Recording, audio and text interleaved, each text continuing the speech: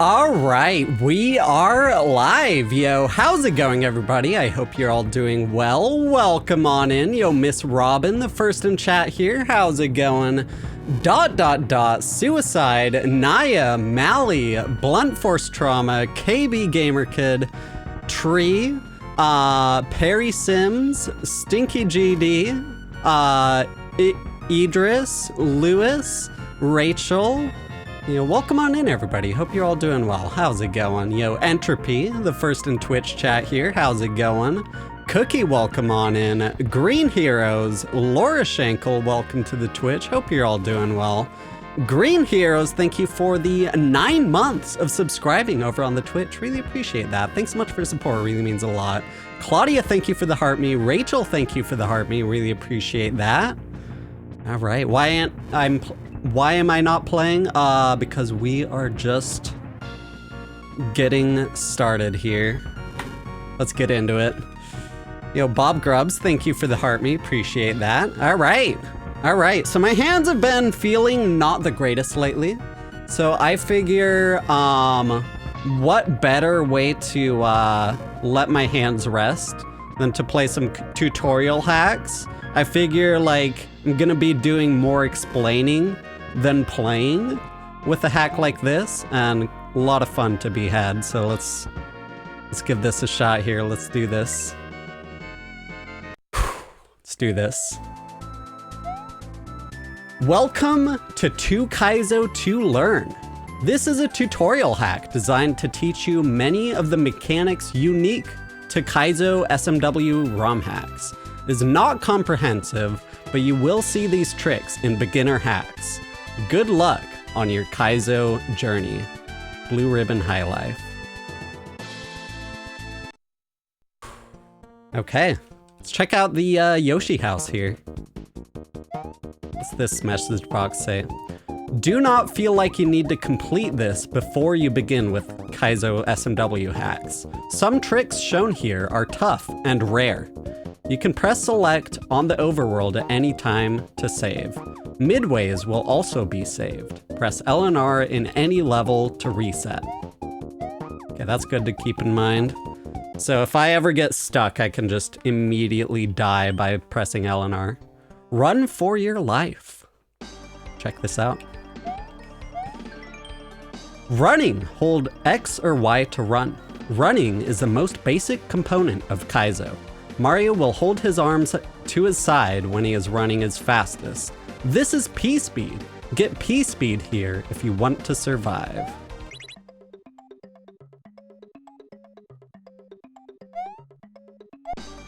Nice. Very, very tough ROM hack right here. Easy one shot though. Let's go. Let's go. Okay. Beginner section. So I'll be going over this full entire ROM hack. Probably I wanna be able to upload this full playthrough for people to be able to reference over on the YouTube side as well. And can explain a lot of tech along the way as well. Even if this will be obviously easy for me because this is a beginner hack and I'm an expert player. All right, learn to jump. Yo, Skit, welcome on in. Bob Grubbs, welcome on in. Hope you're doing well. Jump. Jumping is a key mechanic in any platformer. Jumping in Super Mario World has two major components. You jump higher the faster you are moving, and you jump higher the longer you hold the jump button. Give it a try.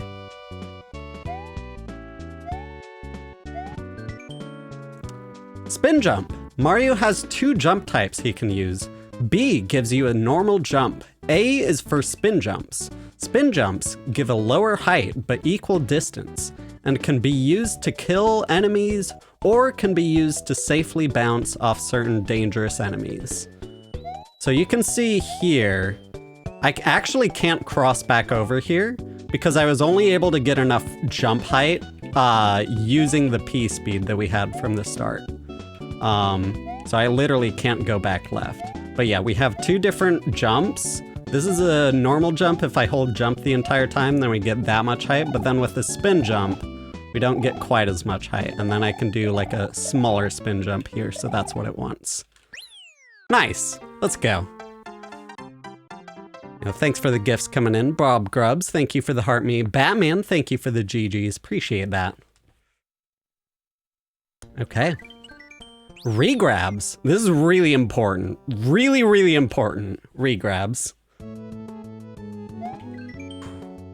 To regrab, during a jump, take your finger off the jump button, A or B, and then repress or regrab the jump button. Regrabs cause you to fall slower so you can cross a longer gap with less height. As you are getting started with regrabs, an effective strategy may be to quickly double tap the jump button, A or B, holding it the second time, which will give you an auto regrab. So regrabs are a kind of complicated sort of thing. You will want to understand the fundamentals of actually what's happening here. So obviously Nintendo wanted it to be so that you could either do a high jump by holding jump the entire time, or to do a low jump by just tapping jump and then quickly letting go. There are a few ways they could have accomplished that in the code, but for Super Mario World specifically, the way that they did that is basically you actually have control over how much gravity Mario experiences. So when you're holding jump the whole time, that's a low gravity jump. And then when you tap jump, it actually doubles the amount of gravity that Mario is experiencing throughout the rest of the jump after you let go. So one thing that one side effect of that is that you can actually control that on the fly. So you can start the jump with high gravity like that, and then start to hold jump again for the rest of the jump. And then the rest of your jump will have low gravity after you start holding the jump button. So we got a low amount of height at the start of the jump, but then for the rest of the jump, we're gonna fall a lot more slowly. It's gonna be a lot more floaty because of the low gravity. So you can sort of see what's going on there. So a low height, but then a long air time. And that's essentially what we're doing here. You don't actually wanna do like super quick inputs. Like if you mash B super quickly, like just trying to like super fast regrab inputs, because it does still get you more height, especially if you're moving quickly upwards. The higher gravity makes a lot more of a cascading impact. So you don't want to be too fast with when you regrab, but yeah, you can it's something you really get a feel for over time. You do a tap first, and then once you get the low height to where you can make it under here, you start to hold the jump button again to decrease Mario's gravity so that it's a lot floatier for the rest of the way down. Also, thanks for all the gifts coming in. Claudia, thank you for the couch potato gift. Jessica, thank you for the heart me. Matt, thank you for the rose. And Batman, thanks for the GGs. Appreciate that. So this one here is the same kind of idea, but a different application of it. So what we're doing here is we want to get a low bounce off of these enemies here. But if we just do a low bounce and don't hold jump, actually I was able to make that there. Yeah, that's what'll usually happen, is we don't get enough distance here, as you can see. So we need to make enough distance, and in order to do that, the jump has to be floatier. But if you're holding jump the entire time, like so, then you get a high bounce, which you don't want. So you want to make sure to get a low bounce first, and then you can start holding the jump button. So you actually want to time your jump input right after the bounce. Like so. And that's a super essential, mega important trick that'll come into play in literally every Kaizo hack that you play, past like, maybe a couple beginner hacks that don't require it. It is super, super important there. So that's one of the very core fundamentals that you'll need. And it's something you get a feel for over time. It's something you can learn. There's some really good ROM hacks, especially Akagari Mario World, that really hammered down getting really good at regrabs. Yo, Rachel, thank you for the game controller. Koopa Kicks, thank you for the 20 ice cream cones. Appreciate that. Okay, mini pits. What hack is this? This is a Super Mario World ROM hack called 2Kaizo2Learn. It was made by Blue Ribbon High Life. Gaps. Hold jump and run over the gap. If you fall in, you need to run faster. So if you're not holding jump here, this is actually the same fundamental underlying physics as what happens with regrabs. Is if you're not holding the jump button, then there's a really good chance that you just fall in. It is random, but there's a good chance that you just fall in the hole. So actually, if you're holding the jump button, because of the lower gravity, you don't fall down as much. And so it's actually impossible if you're running fast enough. It's impossible for you to fall low enough to fall into the hole. Because you're holding the jump button, and because holding the jump button gives you a lower gravity. With ice physics, you can cruise over a bunch of gaps, get speed, and duck. So you do actually want to be holding down and right here. If you just hold down, then you're gonna slow down over time. Normally you can't speed up while duck sliding. Like I can hold left and right all I want here, but because I'm ducking, that doesn't increase my speed. But when you're over these gaps here, that gives you a little bit of air time in between each gap, where because you're considered to be in the air, you can actually speed up. So if I'm just holding down here, then you can see that I actually slow down too much, that I fall into the hole. So you want to be holding down and right here, and that actually makes you speed up during the gaps there. And here, I think this is a troll. So we can learn about our first endgame troll here, is you want to make sure that Mario has a proper walkway that he can use to do his victory walk without dying. Otherwise, you end up dying past the goal tape, which can be a problem. So, in this case, what you want to do is make sure not to block this rightmost block so that Mario gets stopped here. He can safely do his victory walk animation and he won't die from it. Nice, let's go. Yo, thanks for the heart me gifts coming in, appreciate it. Okay, chuck gates. These suck.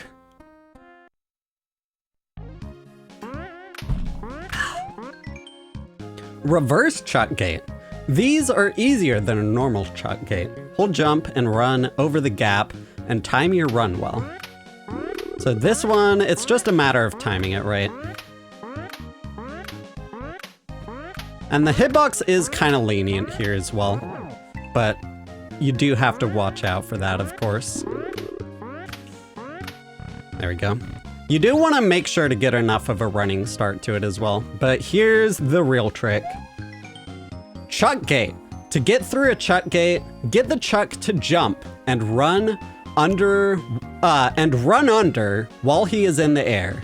Chuck will jump if you are about 2 tiles higher in the air when his hands are on the ground. Try to spin jump and run for this one. So yeah, this one is quite a difficult trick to learn. Again, the message box says that as long as Mario is up about 2 tiles above the ground where he is right now, then the chuck will jump. So if I unpause here, the chuck will jump there. The main trick that I would recommend here is you want to be falling as much as possible so you can get a sort of downward angle to squeeze past the chuck with as much of a head start as possible. So you want as much falling speed as the chuck starts to jump as possible. And one way to get that to work is to sort of jump with the chuck, keep it jumping a bunch. And then what you want to do is you want to be about in this situation where Mario is falling downward and he's just barely above that line where the chuck would get activated for another jump. And you can see the chuck is just now starting to jump. I have a trajectory downwards to where I can squeeze under the muncher here. Except I was too far away there. But yeah, you want the chuck to jump as late as possible. If you die to the chuck, either you were too far away and weren't able to get enough of a running start, or you activated the chuck too soon. So you want to be on the ground as quickly as possible so you can start running past it. So the way to accomplish that, best way to accomplish that is just to jump with the chuck a bunch and then try and get the chuck jumping, like to start his jump as you're moving down toward the ground. Like that. Some levels will require you to time it without, like, just do it on one go. That's a bit harder.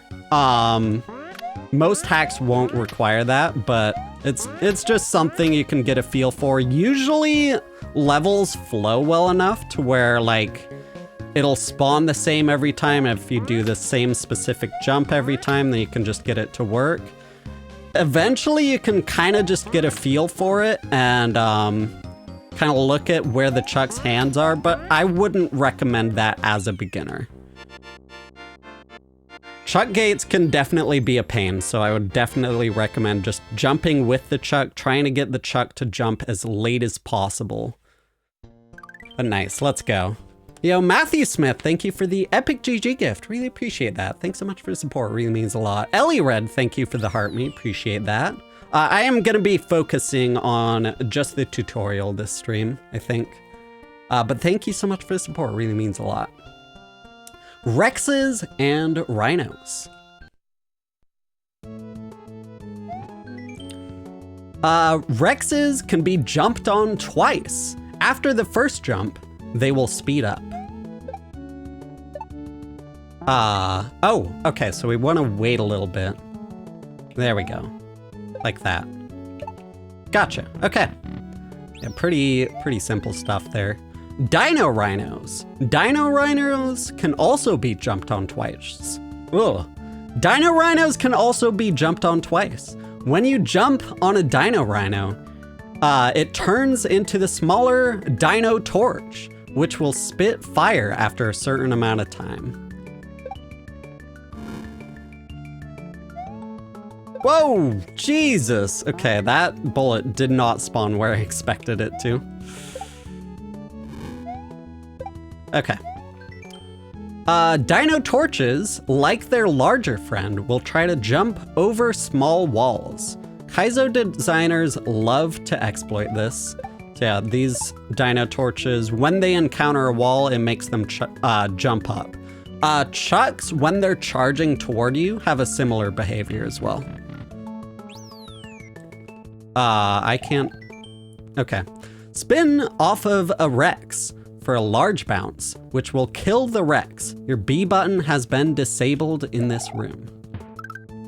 Yeah, when you spin off of a Rex, it doesn't doesn't turn into the smaller wrecks. It just immediately explodes and you only get one bounce off it.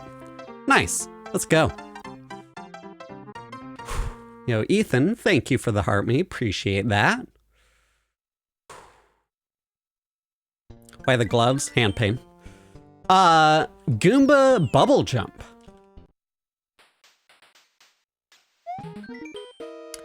Not as jank as you have been led to believe. Jump near the top of the bubbles, holding the jump button as you fall. For some setups, you may need to wiggle the D-pad left and right slightly to align the jump correctly. So for these ones, you want to hit them at a very specific height. And that's actually pretty important. It does actually depend on how they spawn and how they're wiggling up and down. A lot of the time, if you get them right as they spawn like this, like you scroll them on screen and then you immediately get it, then it just works out a lot easier. But then if you spawn it and they're like moving, I think if they're like moving down, then if you hit like right on the top of it while they're moving down, then I think in some specific cases, like if you... Let me try and recreate it if I can. No, I can't get it to happen. There are some specific, like, fail cases. Okay, I can't get it to happen. But I think in some specific situations, depending on the way they wobble up and down in the air, sometimes if you hit right at the top of it, then you will need a little bit of fast fall, or the Goomba will fall too low beneath you. I think that can happen, and in that case, it might be better to hit it at a diagonal, trying to hit the top Goomba from the side instead of from the very, very top. Goomba Jump. Kick a Goomba in the air, then catch it before it hits the ground. As it starts to wake up, watch the feet wiggle. Jump in the air, so as you were rising when it wakes up. If done right, you'll get pushed into the air. Okay, so...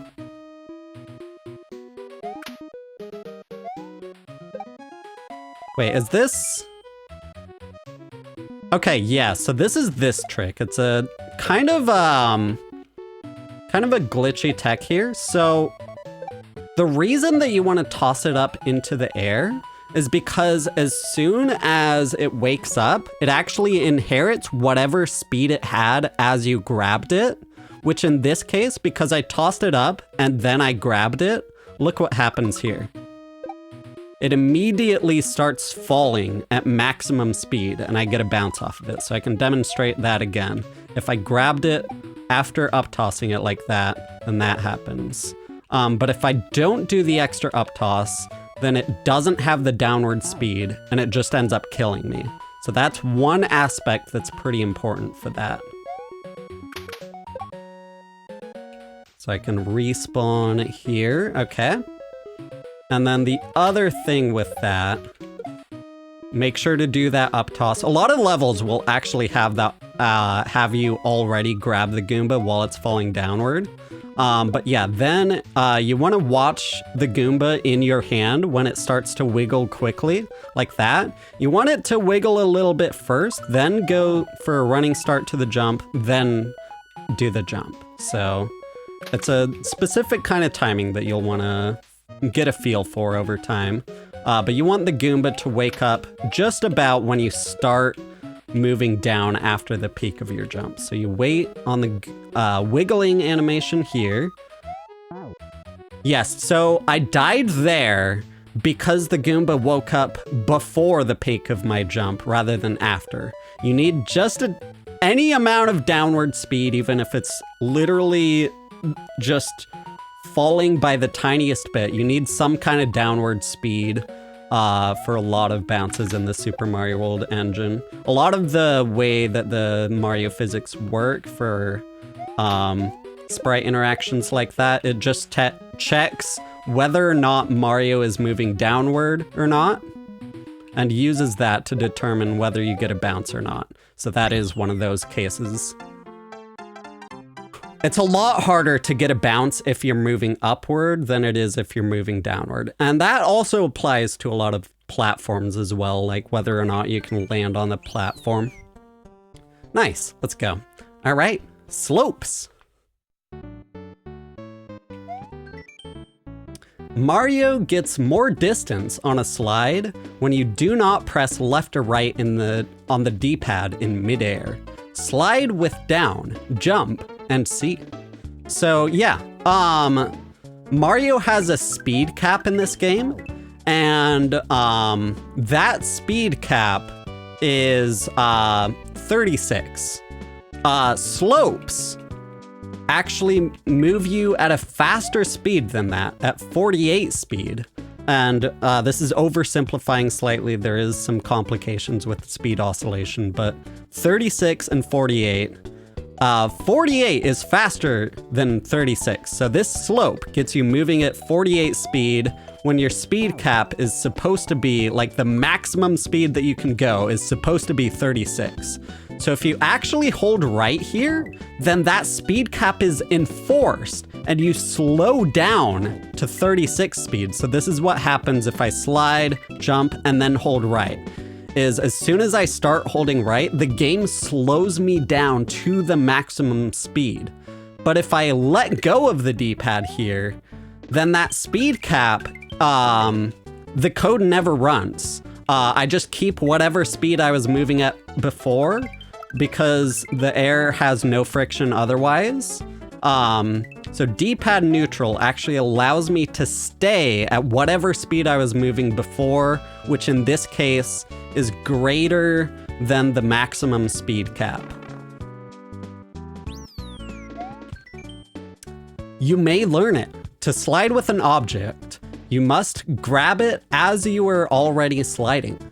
You can do that by throwing it into the air and catching, or dropping it on the slope and grabbing it on your way down.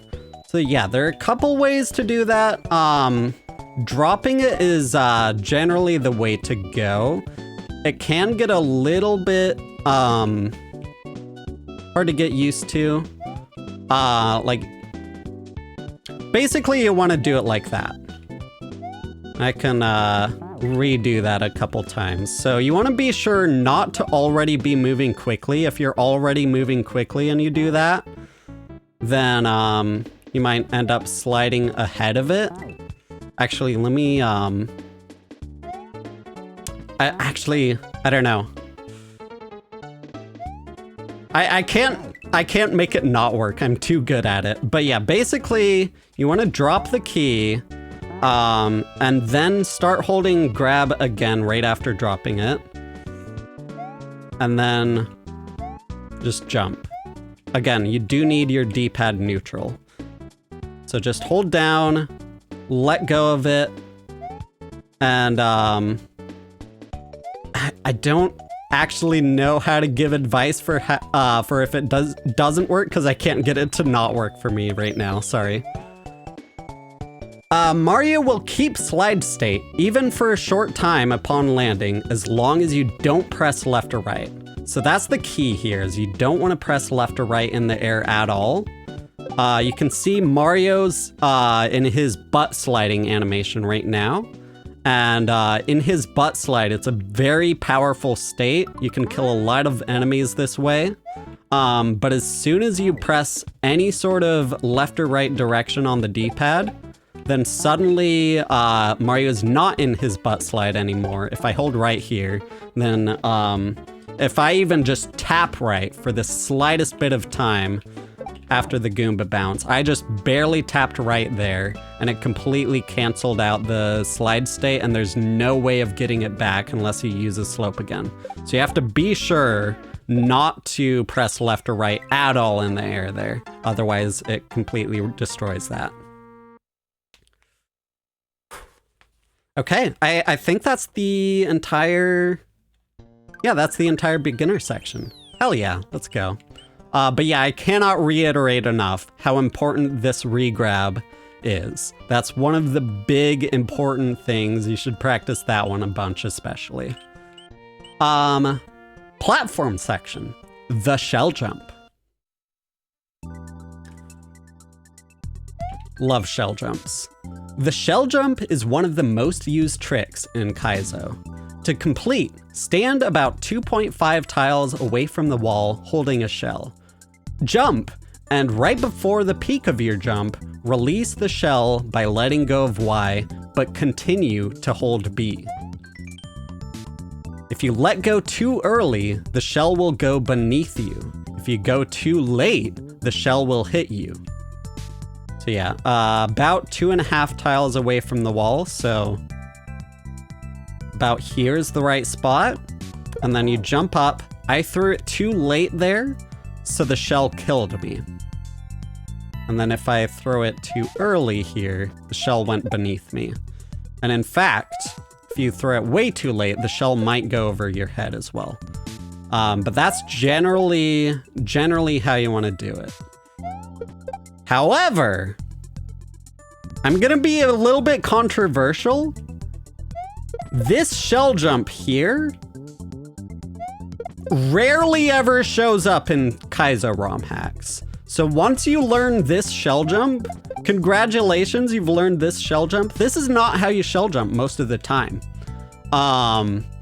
Usually the way you want to shell jump in a lot of Kaizo ROM hacks is that you do a running start, then you wiggle left and right, and then you throw the shell. I'll get more into that later, but keep that in mind that this is a kind of rare form of shell jump here. If you let go too early, shell will go beneath you. If you let go too late, the shell will hit you. Okay. So yeah, this is a more representative of the kinds of shell jumps you'll be doing in a lot of Kaizo ROM hacks, is that you'll always have a running start to it, and it's a different timing, because if you remember from before, if you have a running start to your jump, you get more height, and if you get more height, that means you spend longer in the air before the peak of your jump. So you actually throw the shell a little bit later in this case than if you were to stand still. So this is generally the timing that you'll want to get down, is doing it this way. So you'll want to practice, if you want to practice shell jumps, you'll definitely want to start practicing in this room first, rather than, like if you want to get the muscle memory down, this room is where you want to do that. I'll get more into like the left-right wiggle as we move on to like the double shell jump, but this is generally the muscle memory that you want to get down learning shell jumps there. You know, Cowboy Takanashi from Twitch says hi to TikTok.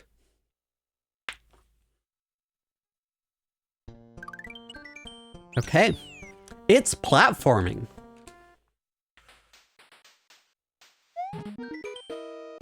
Learn how different types of platforms work. So these are just regular falling platforms here. These ones are actually line guided platforms. They're supposed to be guided by tracks. And then like once the track ends, then they start falling quickly. But there's no track at all. So instead of going along a track, then falling, it just does the falling, like so. And it moves like really fast. And then this, I guess this one, this one has...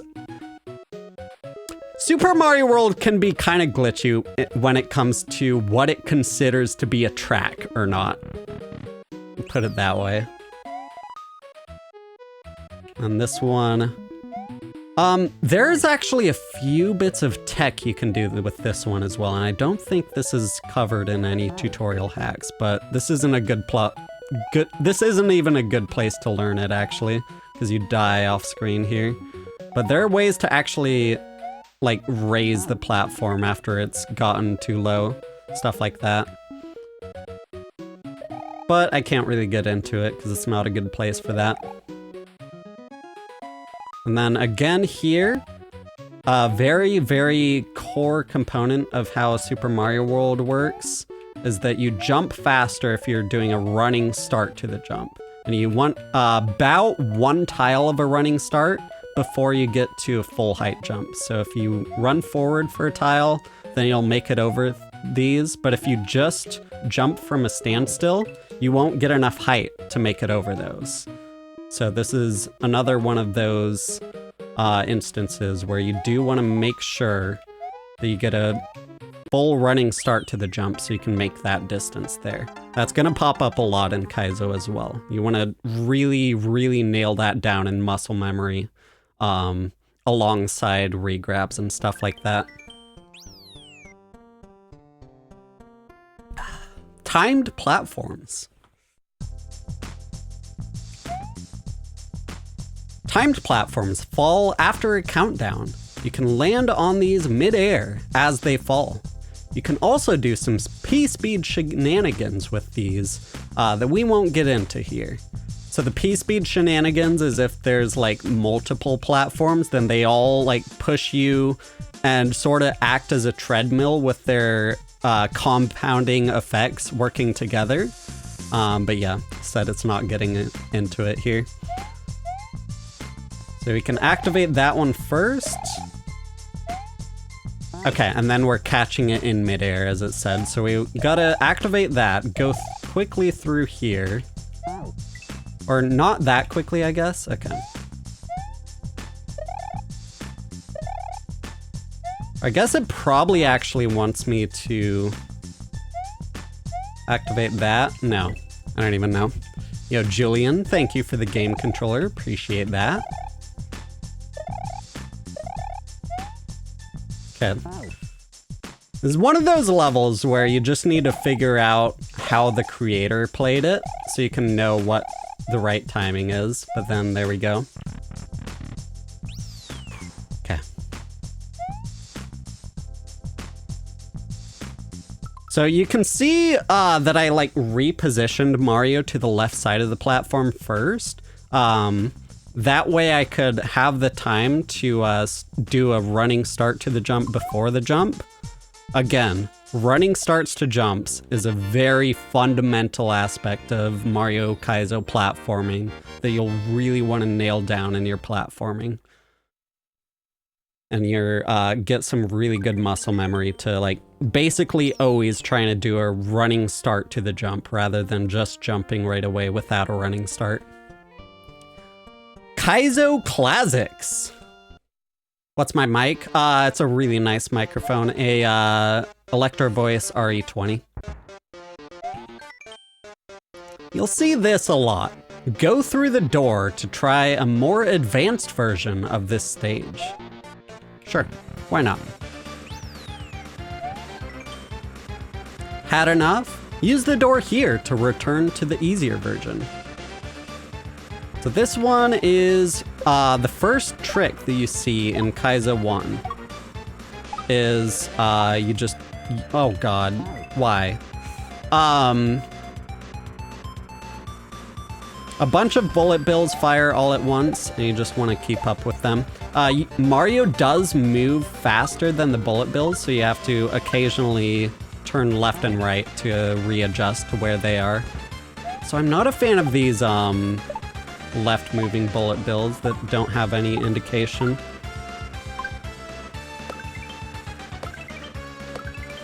Cause like, you don't know when they're gonna show up or where.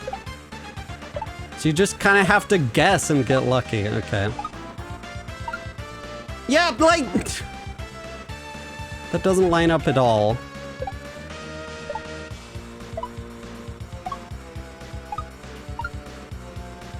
I would really appreciate just a coin. Okay.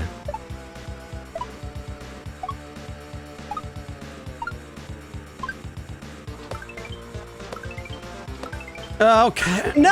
No! Man, like, that's not even a difficulty thing. That's just a matter of guessing right.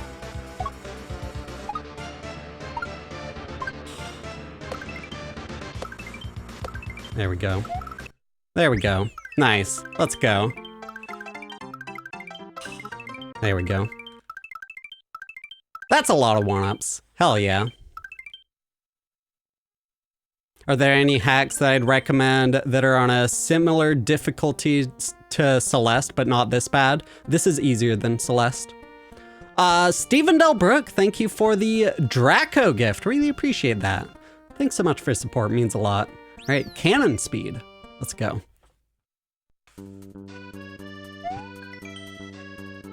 Like a clown at a circus, Mario takes to the skies. When shooting out of a cannon, your trajectory is affected by pressing different combos of Y, B, and right. For greatest distance, use only B and neutral the D-pad. So similar to slope speed, if you're not pressing a right or left in the air, then you can keep whatever speed you were moving at before, even if it's greater than your maximum allowed speed. Holding Y at full speed will do nothing because Mario's traveling faster than P speed, but it can be helpful if you need to hit the ground running. Pressing right will kill your momentum very quickly.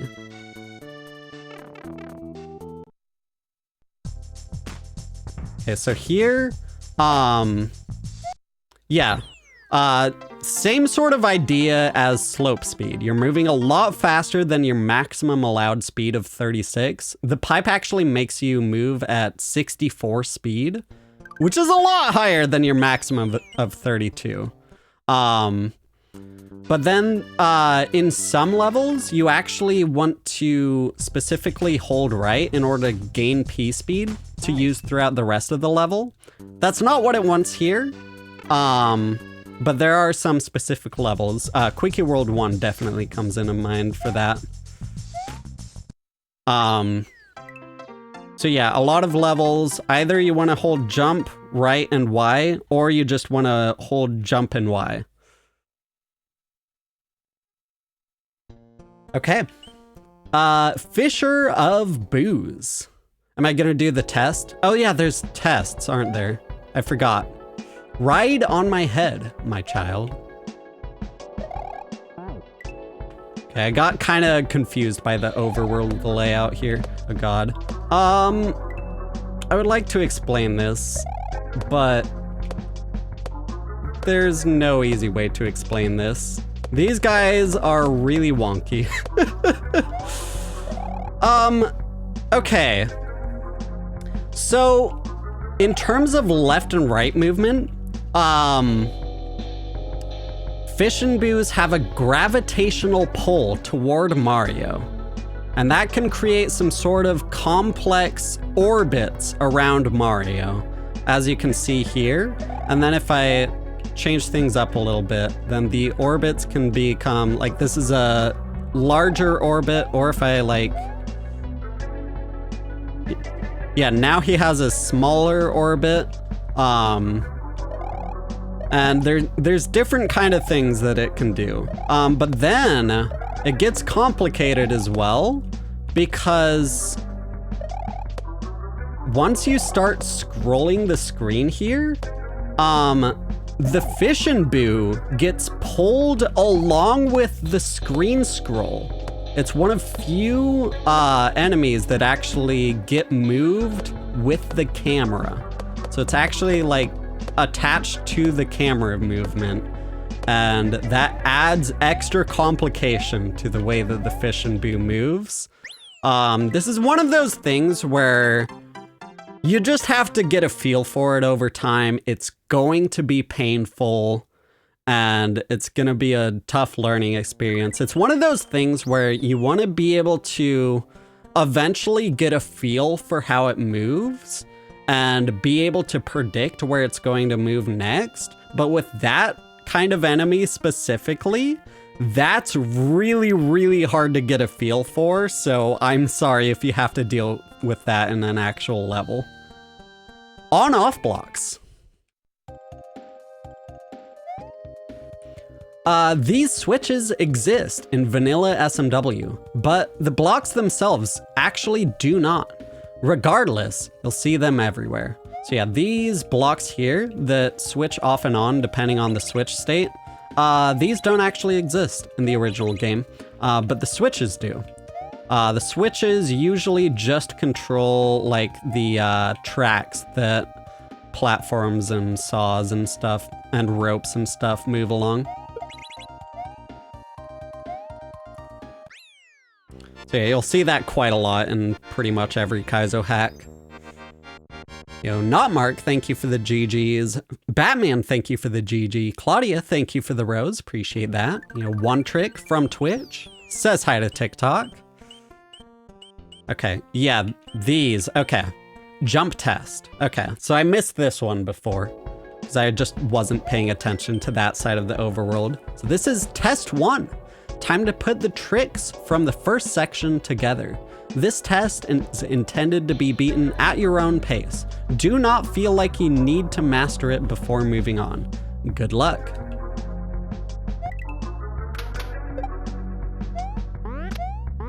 So yeah, we can do the same sort of thing where we wanna get basically right on the edge to where the chuck is about to stop jumping. So actually the timing you want to get a feel for is you want to pay attention to when the chuck lands on the ground from his jumps. And you want that to be timed with when you're just barely above that 2 tile mark to where you're barely just now activating the chuck to jump. And you want to be like falling down barely at the activation range for making him start to jump and then start running. And that's a nice little regrab there. Yeah, there we go. The man who never missed. Thank you for the 10 GGs. Appreciate that. All right, and now let's do the platform test too. What's a regrab? I went over that earlier. You can watch that back when this goes up onto the YouTube. That's a pretty fundamental aspect of controlling Mario and Kaizo ROM hacks especially.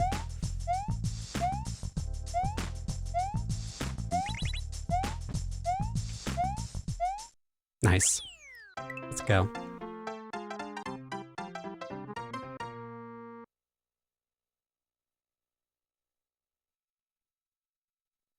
Okay, on to the next world here. Spin section. Spin with object.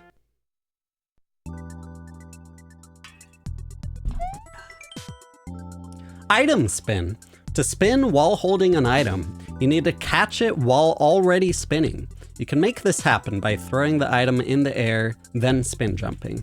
So yeah, if I use the spin button here, holding an item while I start spin jump actually just prevents you from spin jumping and you just do a normal jump instead. But if you're not holding an item, then you can freely spin jump all you want. So the way that you can actually work around that is you juggle the item. So you let go of the item, then you start the spin jump, then you grab the item again. You can just toss the item up here, spin, and then grab the item in the air like that. It's not too bad once you get a feel for it, but this is something you'll probably want to practice quite a bit. 'Cause that'll be like a really useful bit of muscle memory there. Lots of spins. When you spin kill an enemy, it gives you a small period of float in the air. Kaizo often uses this to give you a moment to move left or right as you descend. Oh god. I think we need to act, no? Huh? Not sure. Okay, so you just need to jump right at the corner. Gotcha, okay. When you spin kill an enemy, it gives you a small... Oh, this is the same message. Nice. These suck as a beginner. When Mario has a power-up, these types of blocks will break under him and give him a small boost into the air. I hate this obstacle, so I made the setup easy. But even easy hacks will expect you to be able to maneuver about more. So yeah, oftentimes, setups like this will require you to adjust left and right in the air. But a very fundamental component of Super Mario World's physics engine is that you speed up a lot slower than you slow down. You slow down a lot faster than you speed up. So you can see it takes a while to run up to full running speed here. But then as soon as I turn back around to slow down, I can just immediately come to a stop, basically. I think it's a ratio of 3 to 1. When you're slowing down, you slow down 3 times faster than you speed up. So that complicates things a lot when you're like adjusting left and right in the air. You have to be really careful with how much you pull left, because the left inputs there have a drastically outsized, disproportionate impact on your speed control that's a lot more drastic than you would be expecting there. So that's one of the key aspects with stuff like that.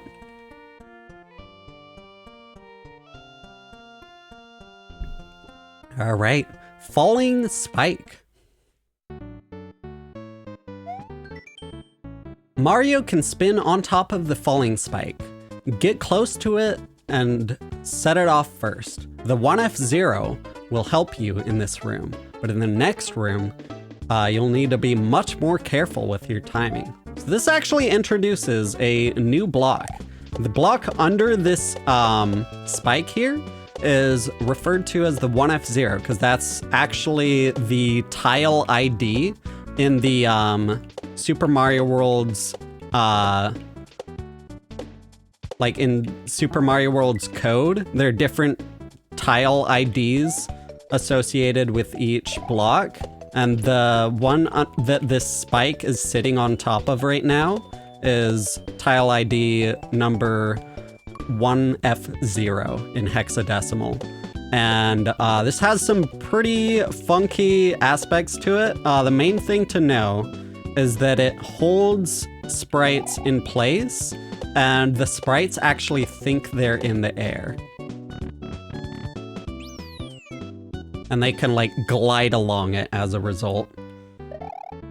So yeah, this one, you want to do it in 2 separate jumps here. So first you bait it out, then you have to time it. You want to jump right around when it'll start falling, and that's something you'll just have to get a feel for. There you go. And again, the other thing I mentioned earlier, you do want to be falling downward in order to actually get the bounce. If you're still moving upward by the time you touch the spike there, then it's really hard to get a bounce. So you actually want to make sure you're past the peak of your jump. It can be any point past the peak of your jump. You don't have to be like falling. Just needs to be any amount of downward speed, anywhere past the peak. Thwomp Jump.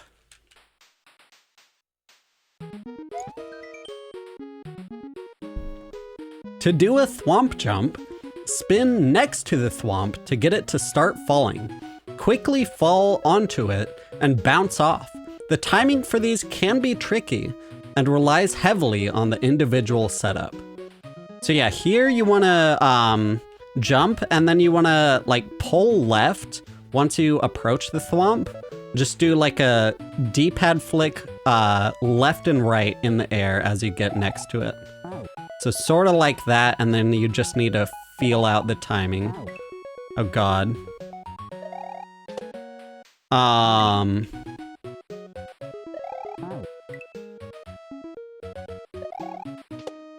Yeah, it does say that it relies heavily on the setup. I think you wanna, yeah, you wanna be sure to jump. In this specific case, you wanna jump as late as possible off of this edge. And this thwomp is like slightly lower than I'm used to. But yeah, it does depend on where the thwomp is placed. It'll be a different muscle memory for each time you get into it in a different hack. Torpedo Theodore.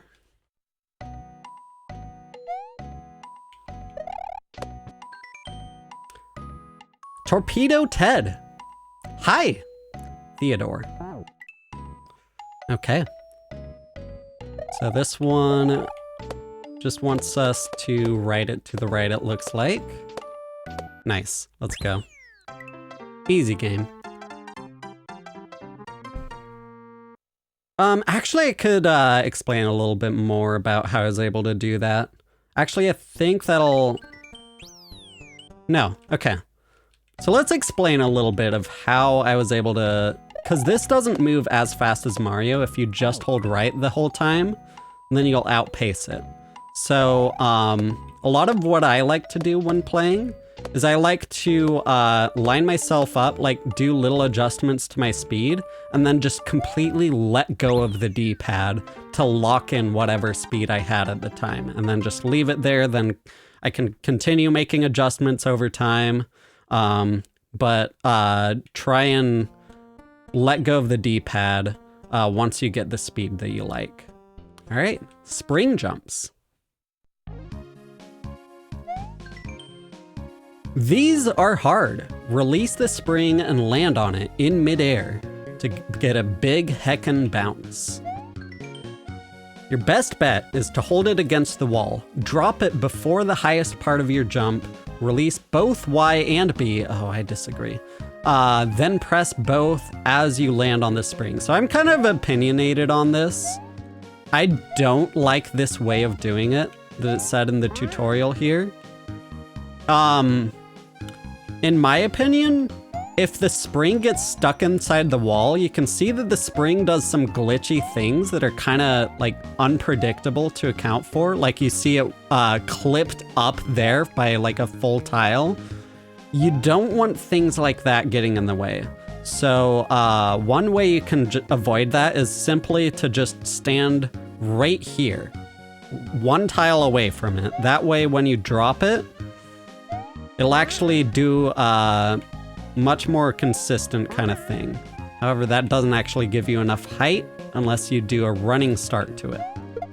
So you can do a running start to it like this. Like you're doing a running start to a shell jump. Except that's... okay. It's a little bit precise. Okay. I do want to get into the like left-right wiggle in the air, but I'm going to save that one for the double shell jump. But that would have been useful there instead. But there was enough horizontal space to just get the running start and just hold right there. Nice, okay. Spin test. Test number 3. Time to put the tricks from this third section together. This test is intended to be beaten at your own pace. Do not feel like you need to master it before moving on. Good luck. So one thing to note as well, you see once I grab this spring, I suddenly come to a stop. That is something you'll want to keep in mind. The same thing happens when I do this thing here. I suddenly lost all of my speed the moment I re-grabbed it in the air. So that's something you really want to keep in mind.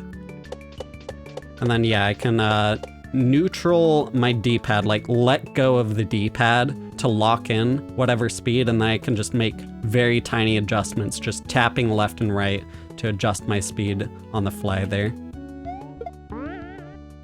Oh God. Okay, this one, actually you need to do it this way, where it gets stuck inside the wall and glitches out. So you can't do it the normal way, you have to do it this way.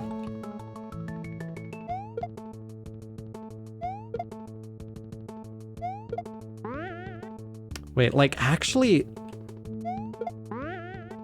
Okay, no, you can still do it my way. Okay. Okay. So yeah, I would generally recommend against having the spring glitch inside the wall. It just makes things hard to work with. But yeah, you can just do it the way that I taught. That works there too. Nice, okay.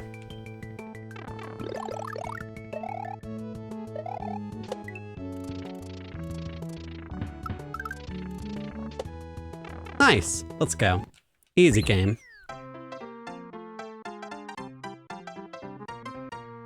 I say easy game. I've been playing this for 5 years now.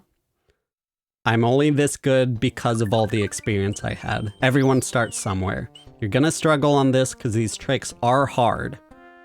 Don't let that mislead you. These are hard tricks. I have gotten really, really, really good at them, so they're easy to me. That's because I've played for 5 years. Okay. Chuck Hell. So random section. Chuck Hell. Let's check this out. Yeah, even quote-unquote beginner Kaizo is still really, really hard because the tricks themselves take a lot of learning, a lot of getting used to. Chargin' Chuck. Chuck can do many things. Chargin' Chuck can run through turn blocks and hop over small barriers. All Chucks take 3 bow hits on the helmet to kill, but they have a small time of invincibility after each hit. Yeah, you can see, oh, I got him stuck. You can see when I stand next to him, he starts running toward me. And if I get him to run toward me through those blocks there, then he breaks through the blocks. Like that. And then we can bounce off of him here. You will need to be careful because every time you bounce off of a Chuck, he ends up bumping you left and right in the air. And let's get the moon as well.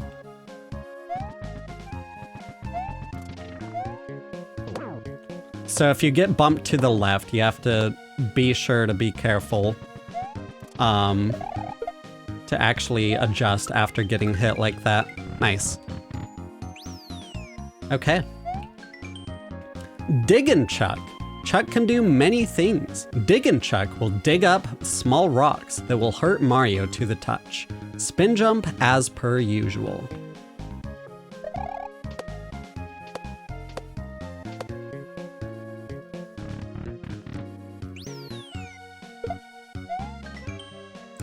Passin' Chuck. I think it's called Puntin' Chuck, not Passin' Chuck. Puntin' Chuck. Chuck can do many things. Passin' Chuck, as the name implies, kicks... Is that what it's called in the Super Mario World manual? Is it called Passin' Chuck in the manual? Huh. I always thought it was Puntin' Chuck. As the name implies, kicks footballs at Mario. These footballs are a menace and can be spun to destroy or bounced on with a normal jump. So here you can catch the football while it's in the air. Generally you want to keep an eye on the Chuck itself, see when the football appears, and then you can use that to time your jump.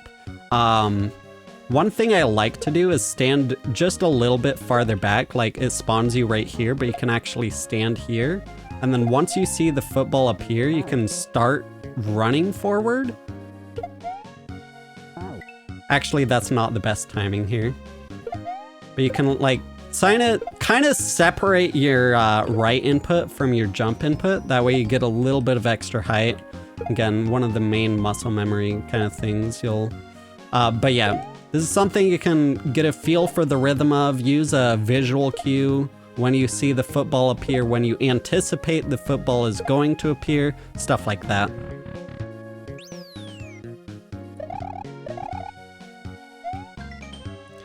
Confused Chuck. Here, Football Man throws baseballs. If you're at a certain height, those balls will be thrown higher. You can jump right before a throw to manipulate that and run through safely.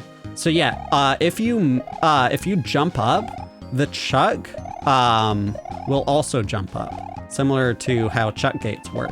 Except this one is always touching the ground, so he can just jump immediately. But when you jump, that actually breaks his cycle of, like, he just stops throwing baseballs at the floor and throws one up above instead. So you can actually get him to keep jumping up like this, and he'll never throw any baseballs on the floor. But you gotta be sure to actually time your jumps right. He's actually on the floor and able to jump. Yeah. You can actually squeeze under him. This is easier than a regular chuck gate, because there's no specific timing other than just have to make sure he's not currently jumping by the time you're a couple tiles up. Or you can bounce on his head, but that can be annoying with the way it bumps you left and right. All right. Fish out of water. Fish 1. This friend swims back and forth a few times, then pauses and leaps in the air. Hit them when they go up. Their name is Cheep Cheep. Okay, see it pauses there, then jumps up. It goes left, right, left, middle, pauses and jumps. Fish 2. This very sleepy friend is called Rip Van Fish. Wake them up by getting near, then spin jump on them, pulling them to the right. So these ones follow toward Mario.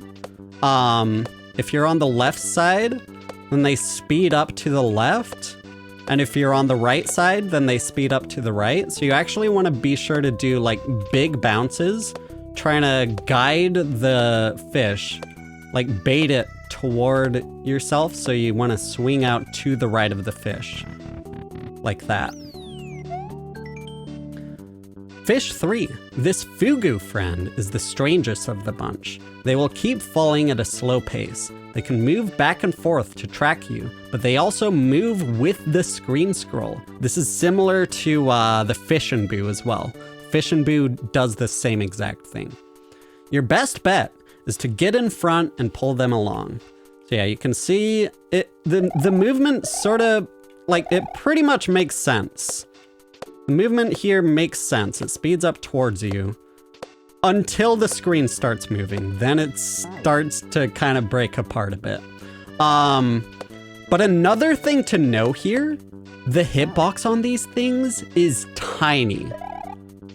Like, the entire hitbox size is the same size as a shell. Like, it's the default hitbox size of 12 pixels by 10 pixels. So you can get like what looks like it'll be a bounce like that, and it just won't give you a bounce because you're not dead center on it. The hitbox size here is 12 pixels wide. As you can see there, it's small. So it's a small target to aim for. You want to be sure to aim for the center of his head. And there you go.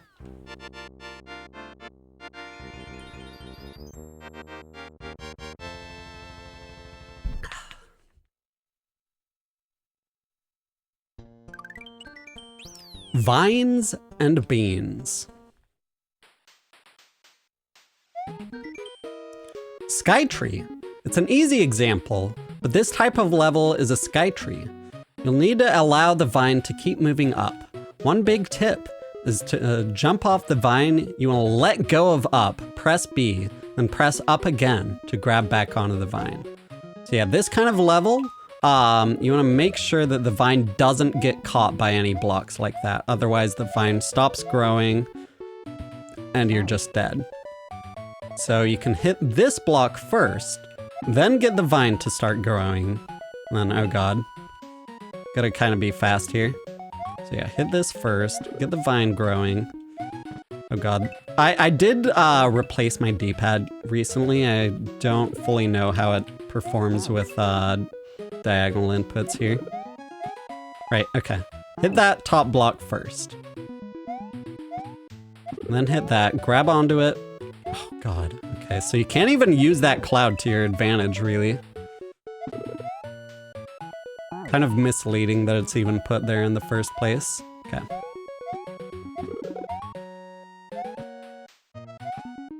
So yeah, the thing that it mentioned with holding up and then like letting go of up and then jumping is if you try and jump while holding up, this'll happen.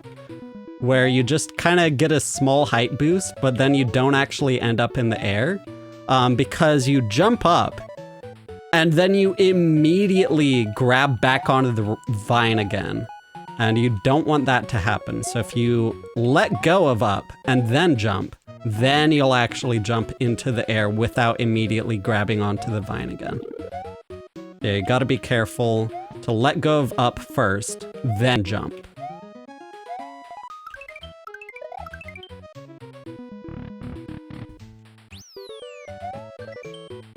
Green beans. Green beans can be pretty tricky. You bounce off them in a set max height, which varies the further away from the wall you are. Holding B instead of just pressing it will allow you to reach that base jump height. Okay, so it doesn't actually... Oh. Green beans have fun unintended consequence... Okay, I'll get to that later. But this is pretty important. When you're jumping off of a bean, you want to make sure that you don't get caught up in how weird it is bumping you up and down when you run along it left and right. So you don't actually want to be moving left and right as you're starting the jump. Otherwise, that kind of weird tripping off and on of it like this right here, you want to make sure that doesn't happen when you're trying to get a jump. So what you can do is wait until you hear the boing, then you can hold left or right.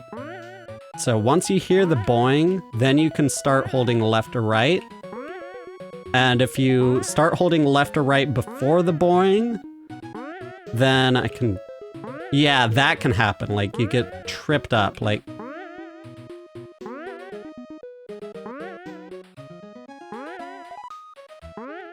Let's see. That can happen.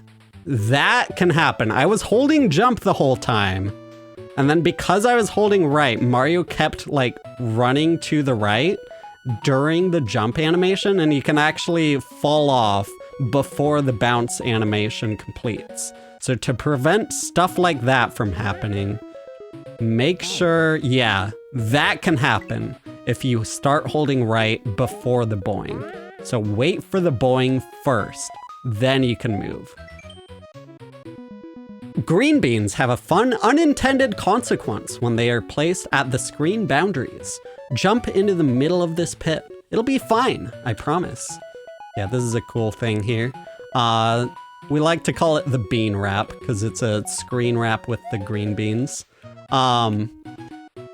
Basically, these green beans use 8-bit math for checking whether you're touching them or not.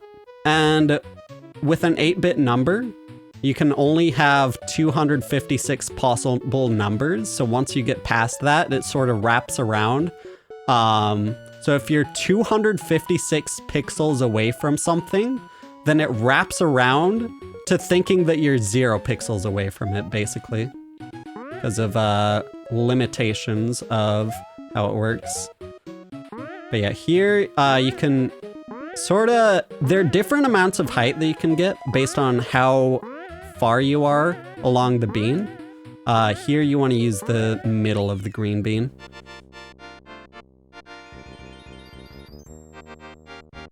What's this called? This is a Super Mario World ROM hack called 2Kaizo2Learn, made by Blue Ribbon High Life.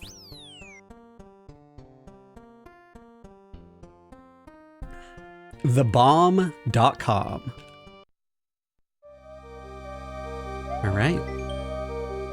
Parabombs, Bob-ombs, and Goombas can both use these parachutes, which make them fall slow, but become harder to jump on due to the timing.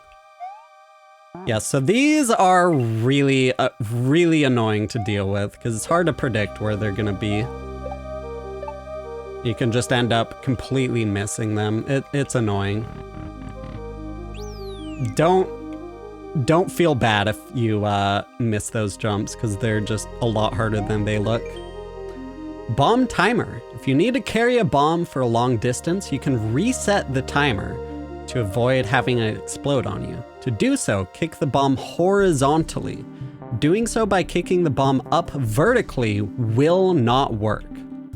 So yeah, here I can mess around with the bomb. I can throw it up. That doesn't do anything, but if I throw it horizontally, that resets its fuse.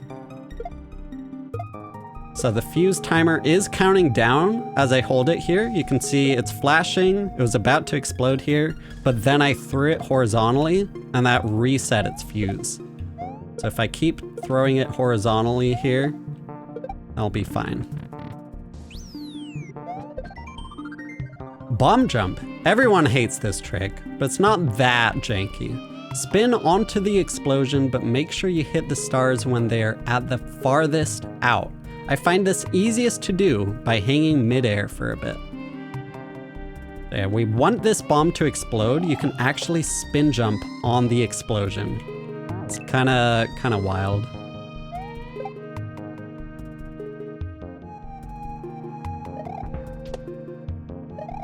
And then it is a little bit janky.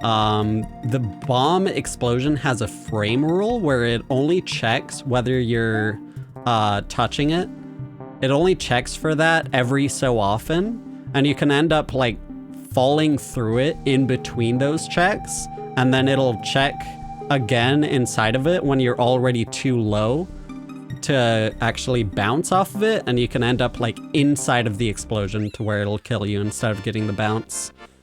And that's because of the, like it only checks when the stars are farthest out, as it said. So it's based on the animation frame.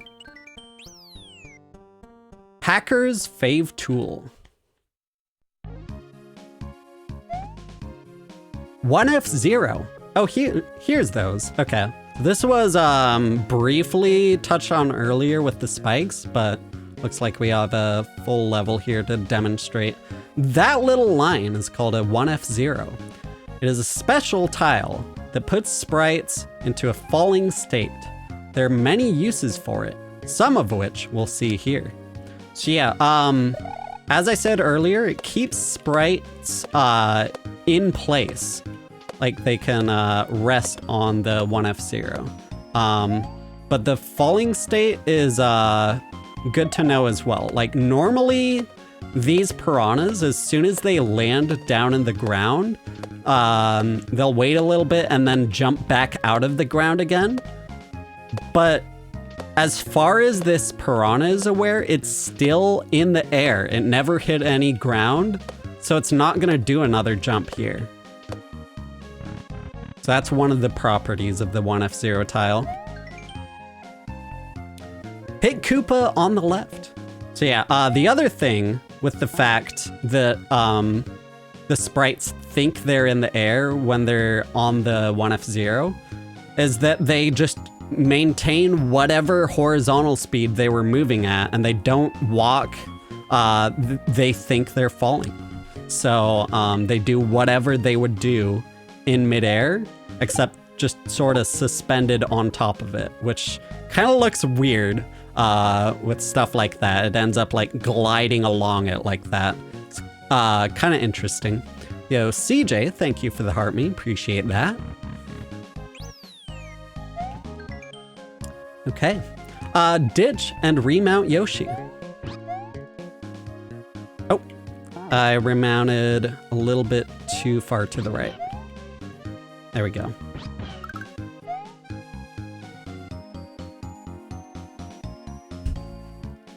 I have an opportunity here. What do you think? What do you think?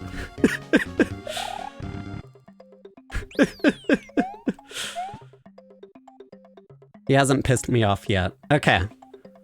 Drop the key and walk on it. So here we can just drop the key off the edge like that. I don't know why the music is P-Switch music right now. But yeah, you have to actually walk along it. It doesn't bring you to the right with it. That's one thing to know there. Okay, there we go. That's that entire world. Now we got the test to do. Random test. Test 4.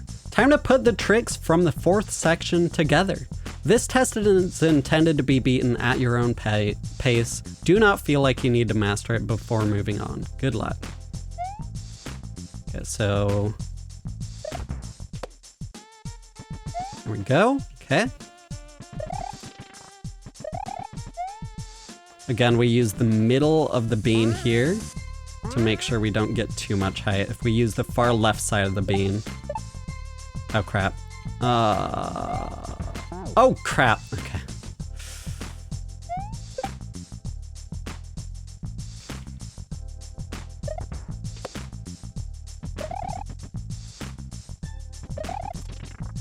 So yeah, the truck will run toward you, so you want to bait it first and then jump out of the way once it gets to the right spot.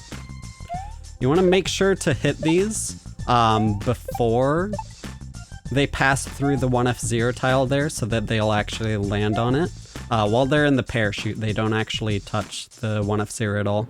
They can pass right through it. You want to make sure that it lands on top of that. Nice, let's go. Okay. Still got a ways to go, goddamn. Okay. World 5, key and swim section. Block grab. This is a frame perfect trick, but you pick the frame. Land on the block and press Y and B at the same time. If you press at the exact same time, you will jump into the air carrying the block. So yeah, this is a frame perfect trick. Technically, it's one of the easier kinds of frame perfect tricks.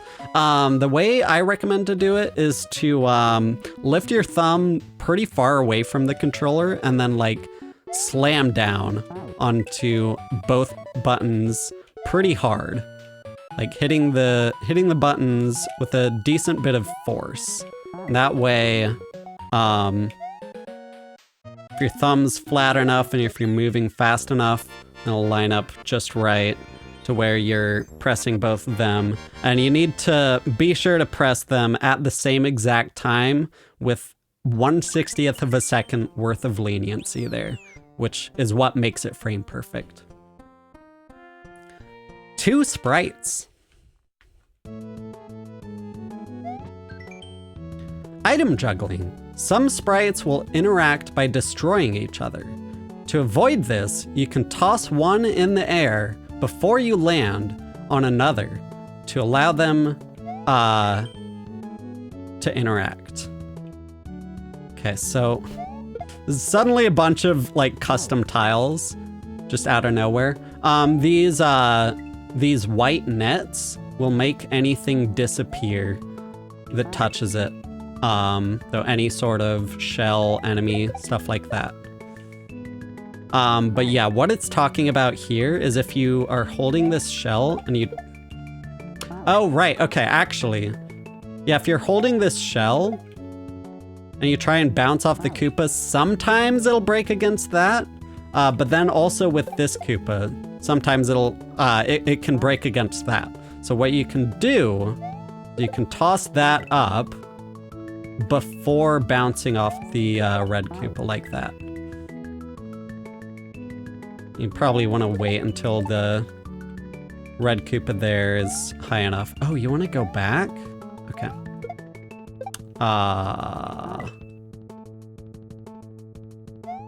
Okay, I guess... okay, I'm kind of confused by the level layout, but we'll get there. There we go. There we go. Okay. Oh, and then here, I'm gonna... I guess we can just drop that. How could I have known?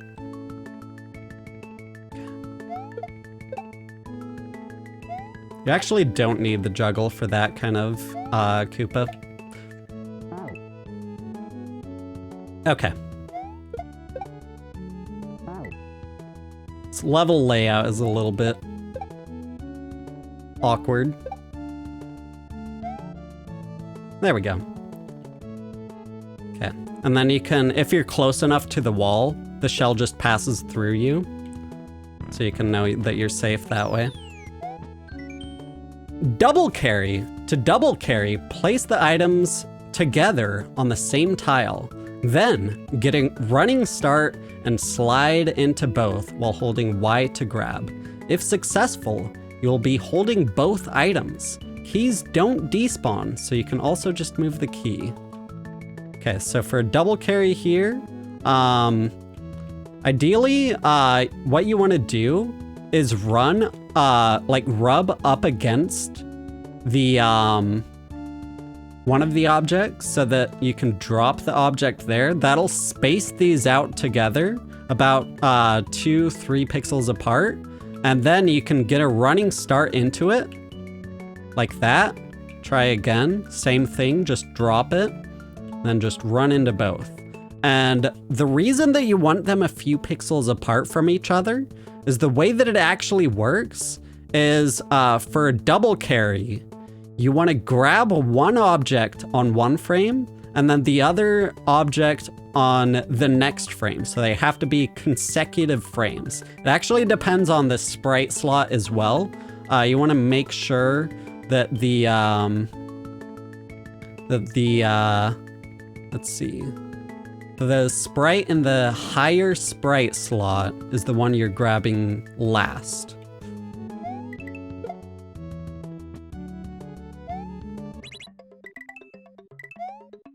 Which means basically it'll be like a USB stick sort of situation where you have to just keep trying until you find the right order. But yeah, the way that I showed there where you rub up against the other one, just drop the thing there, then step away a couple tiles, then run into it. That's the most consistent setup for that. All right, keys, keys, keys. Yo, Alejandro, thank you for the 10 GGs, appreciate that. Key grab, this is the same idea as the block grab. Press grab and jump on the same frame to jump into the air while holding the key. There we can do the same sort of thing with the thumb here.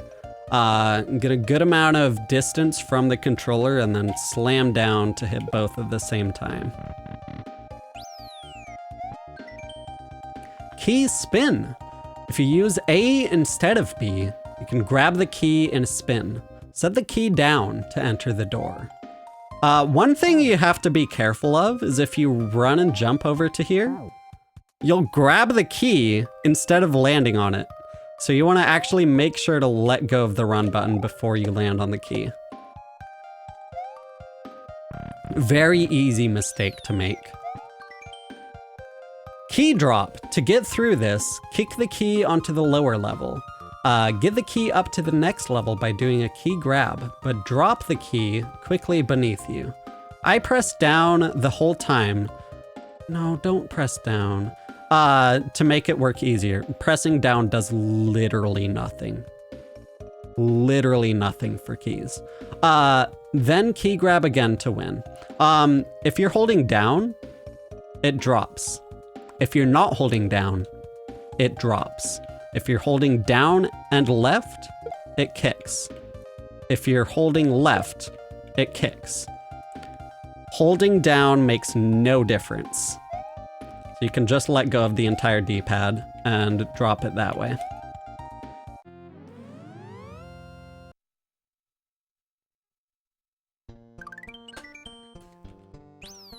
Key jump, vine carry. Key jump. Key jumps are like an infinite key grab. You can start with a key, grab on the, start with a key grab on the ground, throw it at the wall, or hold it into the wall.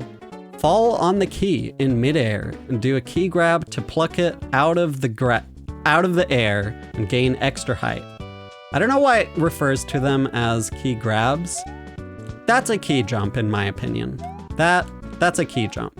But yeah, you can jump up and then grab the key, like do another key jump in the air.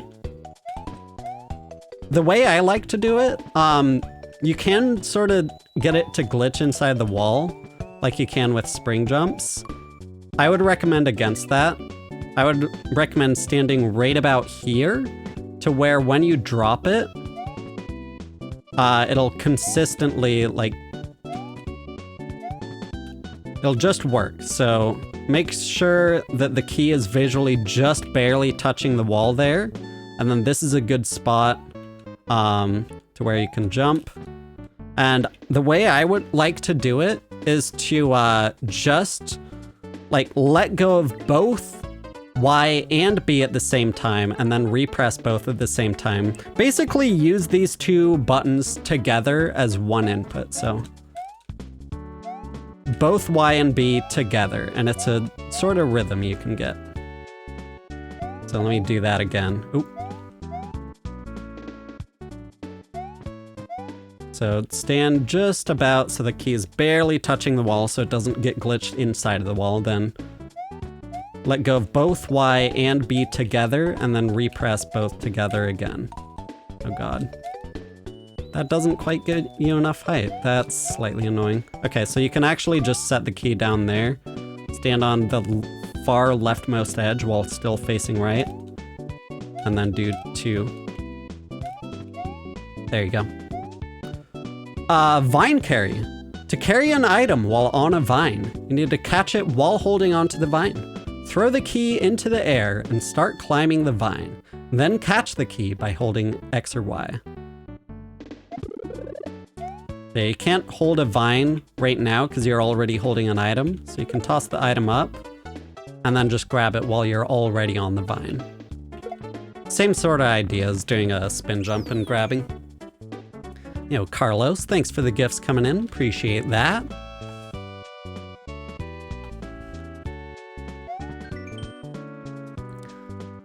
Vine carry. Kaizo hacks love to put vines in the way. So you have to kick an item into the air as you move from vine to vine. The item will move in whatever direction you have X speed in. So press left to kill your momentum first. So yeah, you want to stabilize by pulling left first. So like, you want to make sure to pull left enough so that Mario's not moving at all, like that. And then you can up toss. So the way I like to do it is using a diagonal left and up input together. And then you up toss like that. So you want the key, ideally, to toss straight up into the air, rather than tossing forward with Mario's movement forward. All right, down swim. This one's important.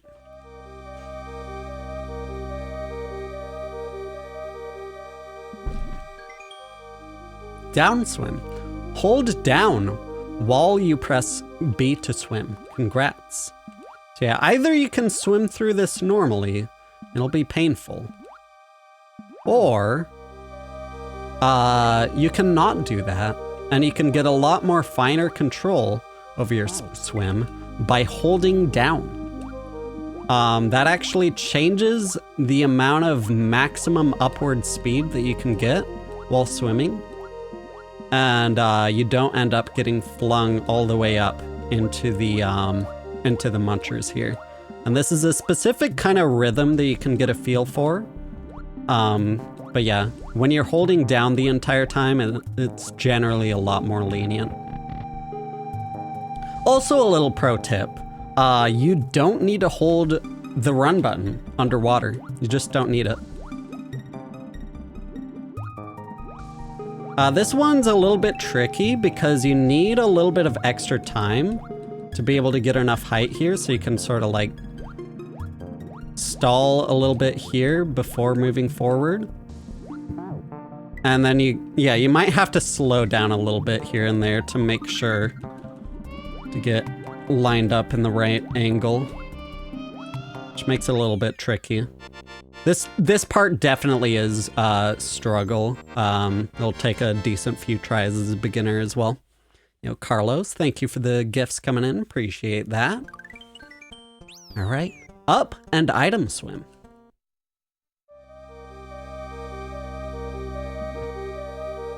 Up swim. Pressing up with B will give you a fast upward swim. You can kill your upward momentum with a down swim. Use both here to get through. So like I said earlier, down swim caps your upward movement at a very low amount of upward speed. So like you can't get the usual amount of upward distance that you get without holding down. Like now if I'm holding down, then I move up a lot slower. Same sort of idea applies with holding the up button. Holding up actually uncaps your upward speed, so you can end up getting a lot more upward speed than you can without it.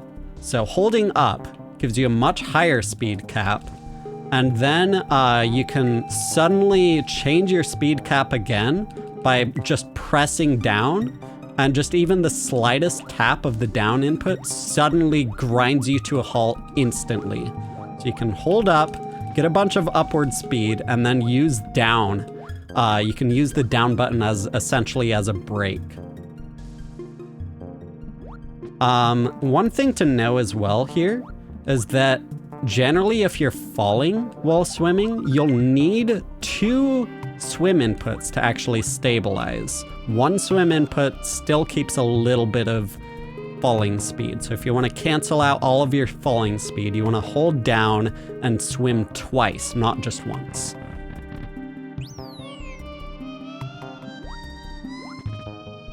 Item swim. Swimming while holding an item will cause you to be pulled up at all times. Press down to counteract this, either with a pump or to stay on the ground. You can also press left and right to control your speed. So yeah, with item swimming, the item always pulls you forward in the direction that you're facing. Like I'm pressing nothing on the D-pad, and it's just automatically pulling me forward. And it's pulling me upward as well. I can counteract that by holding down, and then it'll pull me down instead of up. But I always get the forward push, no matter what. And so if you want to like stay still left or right, you have to constantly switch back and forth between facing left and right. That doesn't come up too often, but yeah, it's something you need to keep in mind for sure. And this one can be really annoying. There is this tile to line you up. So you want to hold down here. You can hold down and right, and then just, oh, never mind. I'm not used to this D-pad yet. I recently changed it. But yeah, if you hold down there, you can, even though it pulls you forward all the time, it doesn't pull you forward at the maximum speed that you could be going. So you can actually go even faster if you're holding right there. But yeah, you can line it up with where that concrete tile is. That's when you want to let go of down and just hold right there. There we go. All right, swim through dolphins. Oh, I already did it. Swim through. Do a down swim to phase through things while moving up, things moving upward in water, like dolphins and platforms. So I was talking earlier about how you need to be past the peak of your jump. You need to have any sort of downward momentum at all in order to get a bounce off of like Goombas, for example. For doing Goomba jumps, you need to be past the peak of your jump because you need to be falling downward in order to get the bounce. Same idea actually applies for platforms as well. Platforms and dolphins, anything you can stand on that moves, other than if it's like a level tile that's on layer 2. But these dolphins only actually check for whether Mario should land on them or not if Mario is falling.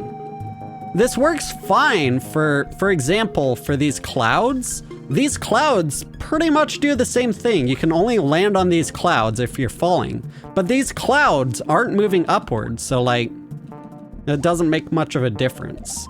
Like, if you land on the clouds, you're just gonna be falling downward anyway.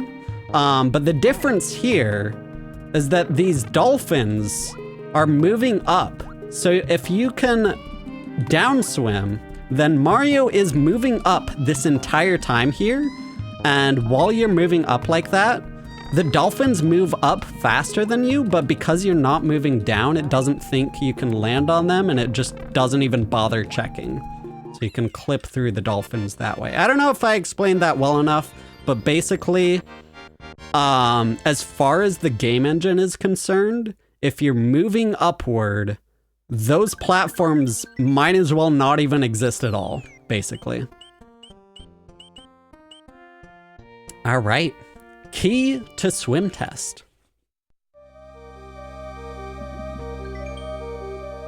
Test 5. Time to put the tricks from the 5th section together. This test is intended to be beaten at your own pace. Do not feel like you need to master it before moving on. Good luck.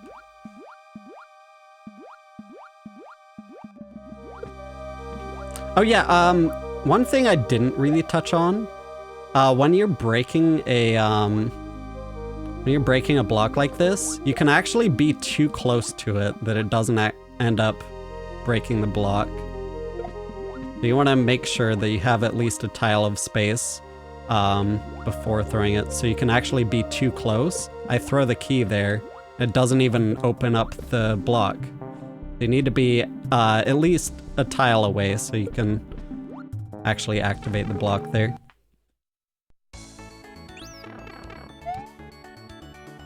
Forgot your key? Use the pipe below, and be more careful next time.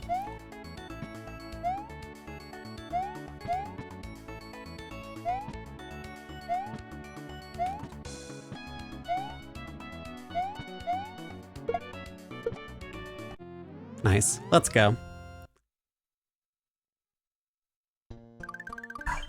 With PC to TV, it's a big delay. You might mess with your emulator settings. That would probably be the best way to go. All right, Git Gud Section. Turnblocks N Moles.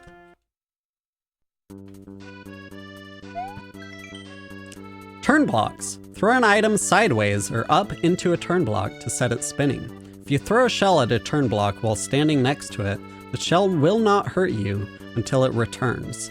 Your best bet is to get P speed here. Okay, so as what it said earlier is like if you're standing close enough to the wall, then the shell just passes through Mario for the first bit there.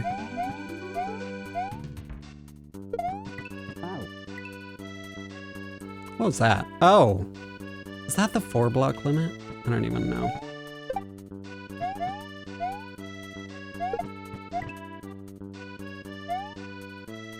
Okay. We want to stop the shell as the main thing here then. Like that. There we go. And then it wants us to get P speed here. So there we go. Mole Escort. Bring the mole to the end of the level by clearing the path. Spin jump onto his head at the end and ride to victory. Fun fact, if a level uses ice physics, the mole head will also be icy. Okay, so you need to build a bridge for the mole to cross, but there can be one-tile openings and it'll still be fine, but you need enough of a bridge for it to cross. What am I doing here? Oh, I messed up. Okay. There, we need to build, I don't know what that blue coin means. Why does it say spin? Okay, so I guess we can use this shell to kill the disco shell with. That seems kind of wasteful, but okay. Okay, you have to time that pretty well then. Okay, that seems like the right way to go. You know, Jimmy, thanks for the gift spam coming in. Claudia, thank you for the heart me. Appreciate that.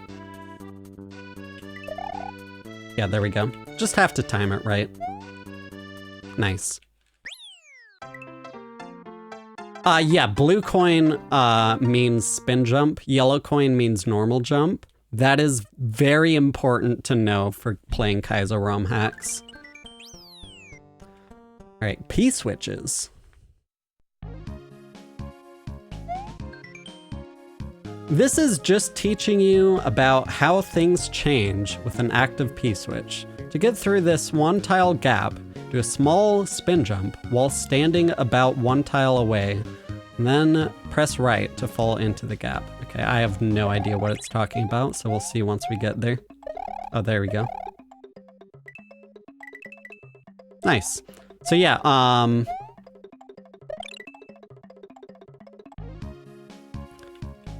So the P switch turns coins into brown blocks, and it can also make these question blocks appear out of thin air.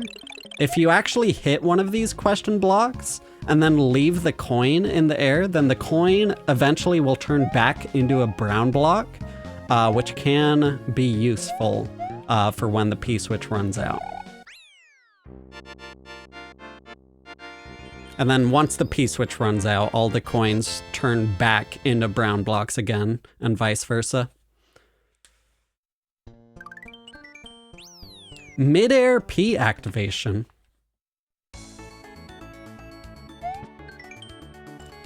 Throw the switch into the ceiling and hold B as you fall.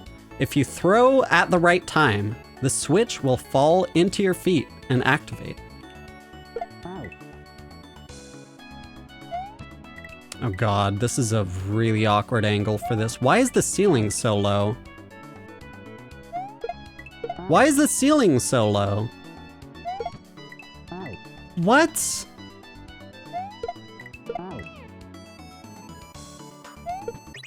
Okay, there we go. Okay. Just have to jump like right at the corner and throw it as soon as possible. Usually the ceiling's higher for that trick. Midair P Activation. Kick the P switch into the wall and land on it. The timing is a bit different from a shell jump, but the idea is similar. So one thing I forgot to mention for the shell jump, you want to be holding B the entire time. You don't want to let go of B at all. Otherwise, things get messy in terms of actually getting it consistent. Same sort of thing here. You want to let go of Y without letting go of B.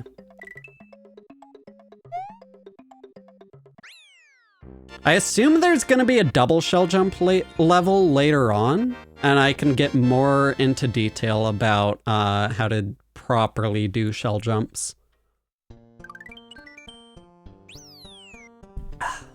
P switch yumps.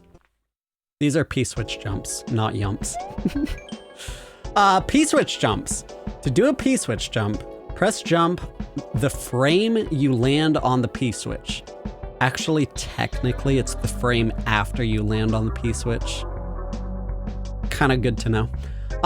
This is frame perfect, so don't get discouraged. Risto suggests pressing both A and B to increase your chances. I can't find a reason to disagree. All right, so P switch jump here is a frame perfect trick where you only have 1/60th of a second to time your jump off of the switch. This is actually technically the frame after you first interact with the switch is when you want to press the jump button. So it's a subtle difference between how P switch jumps work and how Switch Palace jumps work. The timing is slightly different. It's slightly later for P switch jumps than for Switch Palace jumps. Yeah, very, very little known fact. P switch jumps. There are those who insist that P switch jumps are different from a yump. They are. I just explained the timing difference, which are done on a switch from a Switch Palace, but they are functionally identical. you don't know about the timing difference. There is a timing difference. For Yumps, off of a Switch Palace, the timing is slightly earlier than a P Switch jump off of P Switch, which is a slightly later timing. Wiggle Orb. But yeah, very few people know that there is an actual difference in the timing there. I'm pretty sure I'm the one that found that difference, and I just haven't told many people about it. Disco Inferno. Disco Mania. Disco shells take a minute to learn, a lifetime to master. Whichever side you hit will be bounced off in that direction with a unique force. Holding B will give you a bigger bounce versus not. Okay, so disco shells here, whenever you bounce off of them, they shove you over to the left or the right, depending if you landed on the left side of it or the right side of it. So you can see here, if I land on the left side of the disco shell, I get shoved over, I get bumped over to the left, like that. And if I land on the right side of it, I get bumped over to the right, like that.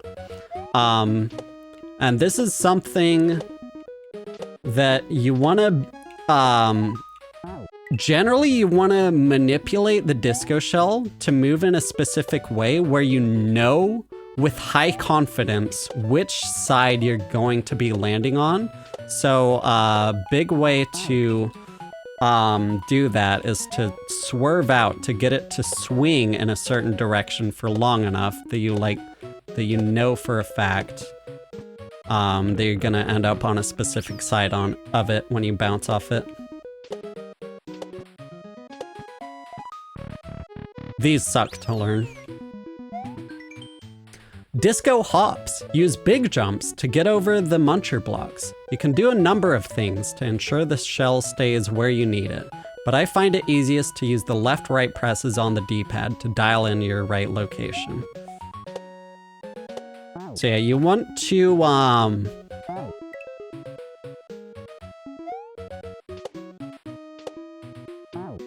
ooh, okay.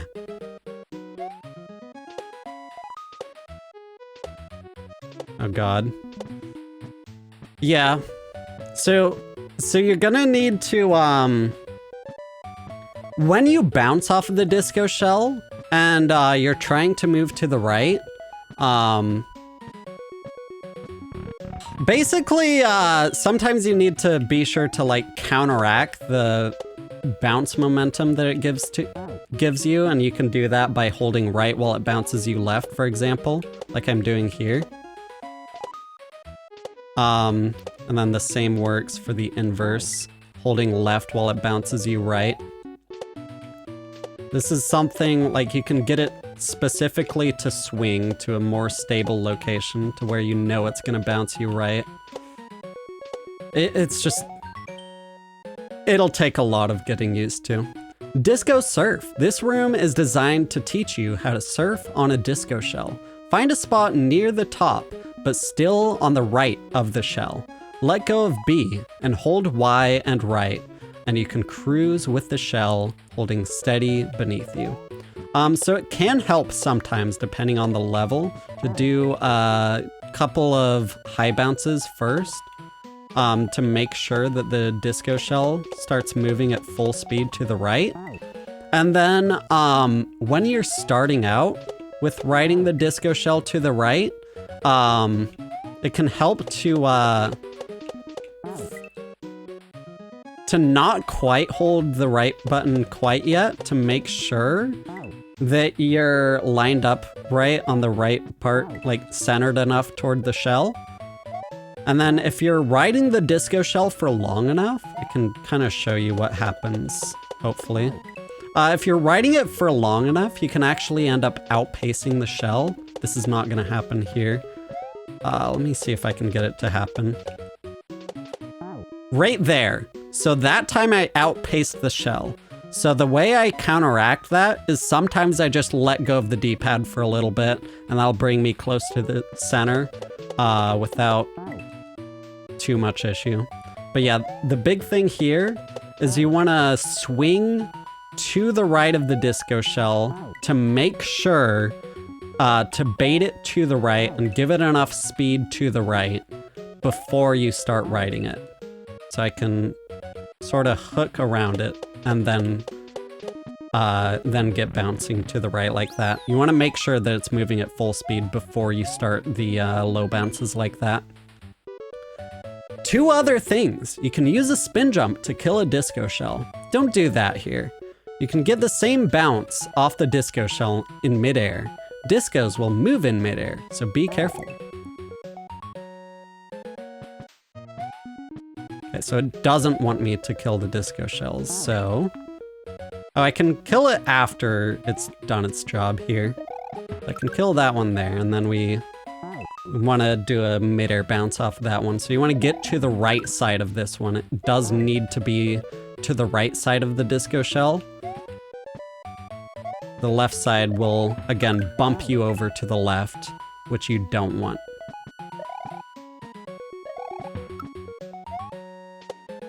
So you want to make sure to land on the right side of it so it bumps you to the right.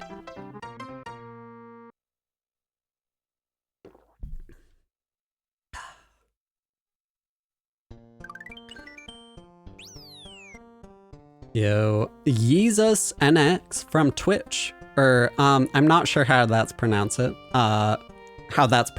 but Jesus NX from Twitch says hi to TikTok.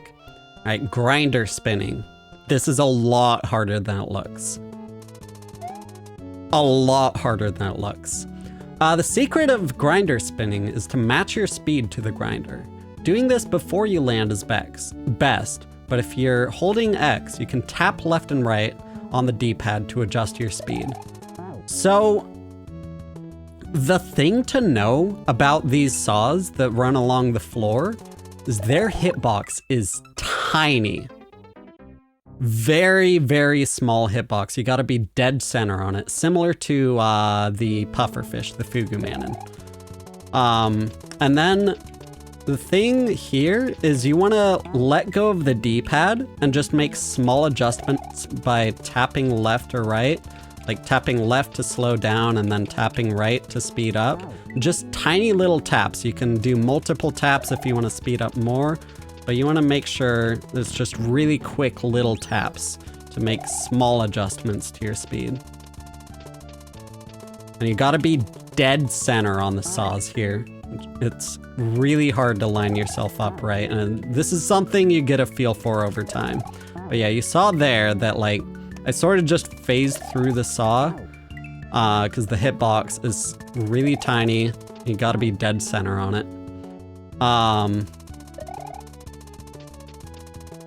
But yeah, the thing is, if you're holding right, then you end up going faster than the saw.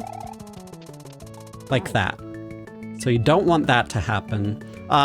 There is another way you can do this, is by like panically holding the D-pad down the entire time and just like flicking left and right constantly. I do not recommend this. That makes it a lot more painful. Let go of the D-pad, make small adjustments by tapping left and right. That's the way to go. You gotta be dead center on it. Yo, Profit Kofi, thank you for the 76 GGs, appreciate that. Okay, let's check out the test. Surfin P Test. Yo, thanks for the GGs coming in, appreciate that. All right, test 6. Time to put the tricks from the 6th section together. This test is intended to be beaten at your own pace. Do not feel like you need to master it before moving on.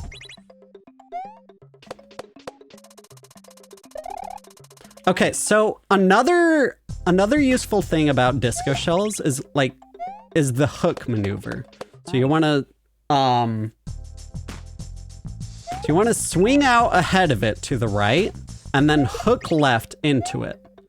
You don't have to worry that you're slowing down, because as soon as you start bouncing off the disco shell, then that'll immediately set you moving to the right with it. So you can actually swerve left into it as hard as you want, as long as you start holding right again by the time you start bouncing on it. That's the big key thing that you're gonna be doing with a lot of disco shells rides, is to hook left into it. And then, like, don't worry at all about how much leftward speed you get, because that'll be counteracted the instant that you start bouncing off it.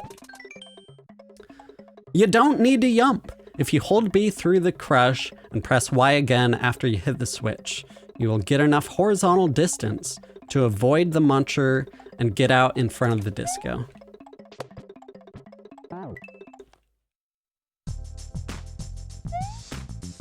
So another way you can do this is if you just let go of the D-pad here, then holding right won't slow you down. But yeah, with P-switch hits like this, if you're holding the run button, then you'll grab the switch instead of landing on it. So you gotta let go of the run button, and if you're D-pad neutral, then you can let go of the run button without losing your running speed. That's one thing I like to do with those. It's not required, but it's a neat little thing you can do. Hell yeah.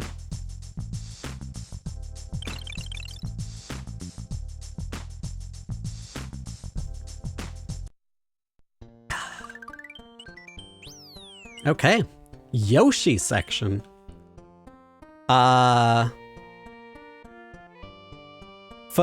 Yeet the Yosh.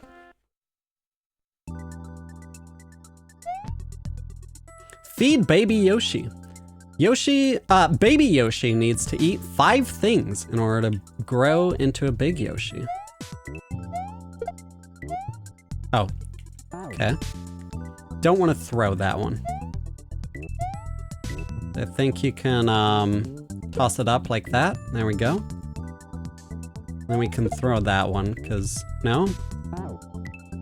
Wait, what am I actually doing here?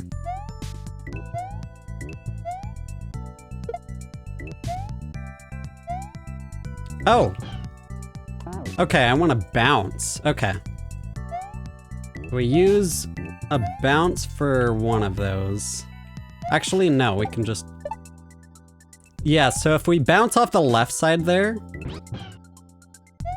then those Koopas there end up sliding out to the right side. So you want to make sure to land on the left side of the Koopa, so that the baby Koopa, the Koopaling, the shellless Koopa, naked Koopa, whatever you want to call it, slides out to the right side. It's not a Koopaling, by the way. Koopalings are the bosses. Yoshi ditch. Now you know what you have to do. Jump and press A to let your new friend help you reach impossible heights.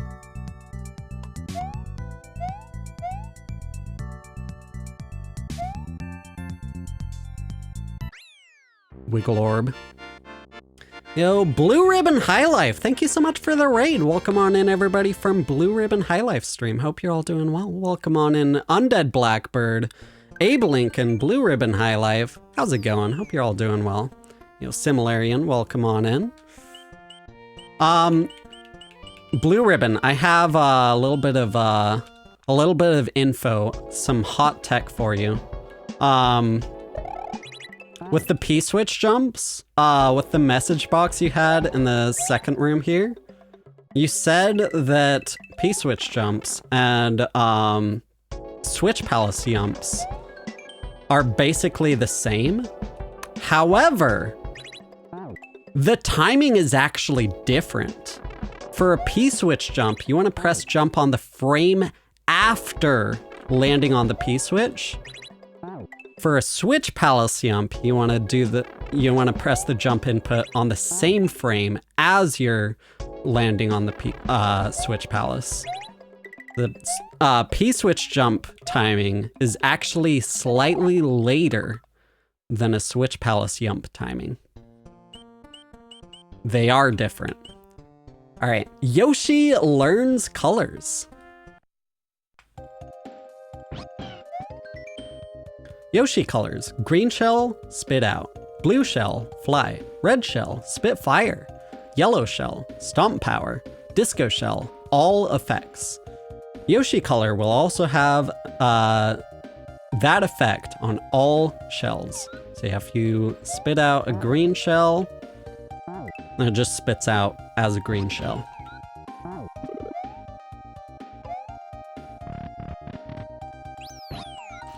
Yeah, I'm pretty sure like I'm the one who discovered that the timings are different, and I just didn't tell many people, so very few people actually know that.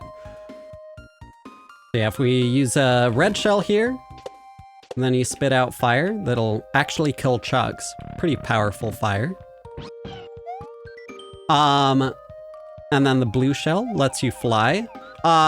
When you tongue the blue shell, you want to make sure not to tap the tongue input, because then you won't be able to use your running speed. So be sure to hang on to that Y input so you can actually use your running speed here.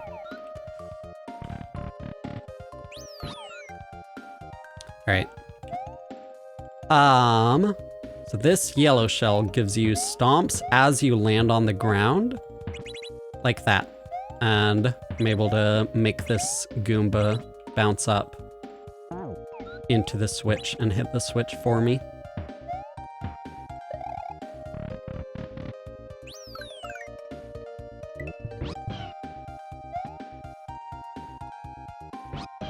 Oh, and then because this is a red Yoshi, it'll have the effect of red shells that'll spit fire instead of spitting out the shell. But then I also have the effect of the yellow shell, is that I'm getting stomps. So you can use both together like that. Very cool stuff.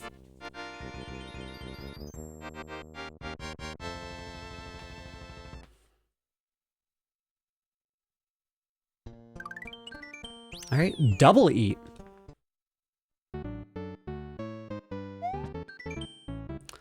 If Yoshi eats 2 things in quick succession, it will sometimes count as 3. Do a quick left-right here, and then run through, and it should work. It can be tricky to time correctly. Listen to the audio cue, or watch the scores to verify. So, you want to eat quickly, but not too quickly, is the thing. So, if you eat them too quickly in succession, then you won't get the double eat. So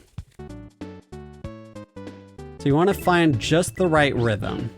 You can either do that by like feathering the right button on the D-pad, or you can do that by, ignore what just happened, by, like it said, doing a left-right. But yeah, you want to be sure to space it out just at the right rhythm, and then Yoshi will think he ate 3 things when he actually ate 2, or think he ate 5 things when he actually ate 5. It basically inserts an extra eat in between the 2 eats. All right, Yoshi Spring Shell.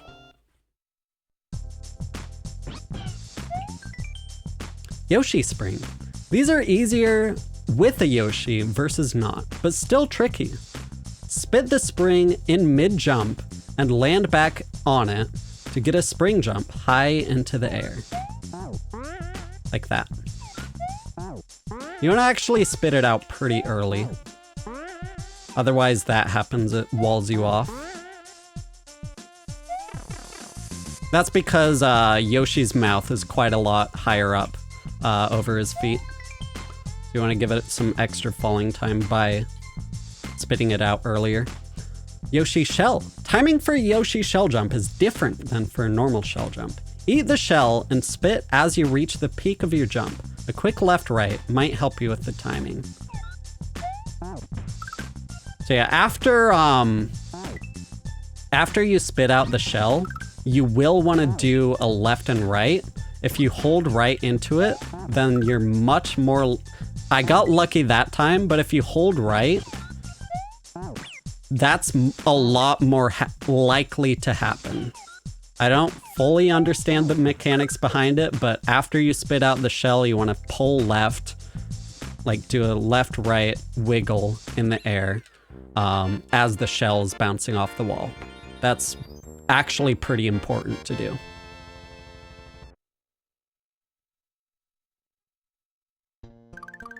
Nice, let's go. That's World 7 down. Yoshi Test.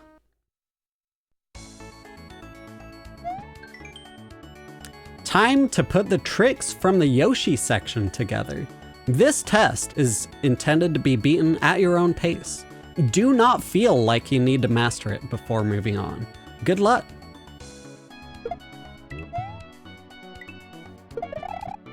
Okay, I wasn't sure if those were like sprite pass-through or not. Guess not. Oh, whoops.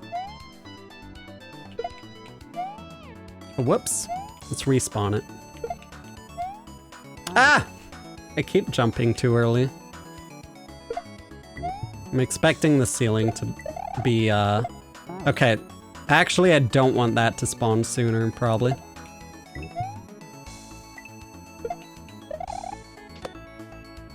Okay, so we're not using the bullets yet, but if we throw this left, crap, I mistimed that. We'll have to respawn this piranha again. Avoid the bullets.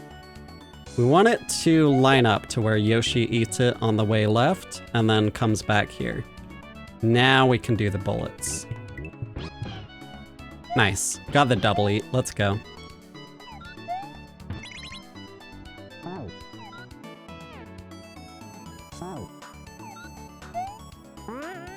Oh god. This is a awkward setup for a shell jump. Okay. What was down here? Okay. Look away. Nice. Let's go. Let's go. Hell yeah.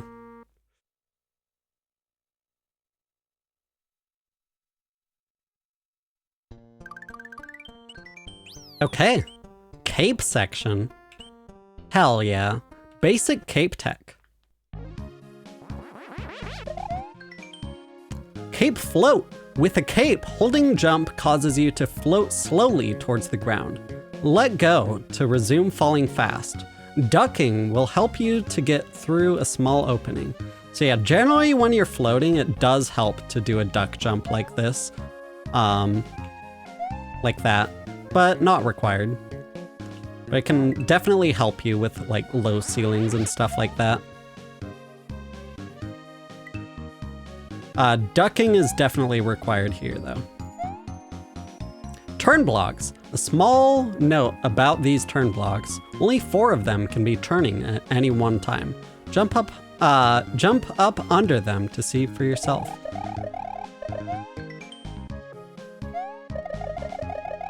So yeah, as you can see here, only 4 of these blocks can be spinning. So even though I'm spinning the upper blocks, as soon as I start spinning 4 of the lower blocks again, that overwrites the higher blocks I start spinning. Dive bomb. As Mario is flying, push forward to enter into a dive state. Diving allows you to pull up in a bigger swoop than normal. Crashing into the ground in this state will stun or defeat certain enemies. So just hold right here. Oh, okay. And then we pull up there. So hold right, hold left, hold right. And then holding right here gets me back into that dive, and then when you hit the ground with a dive, it'll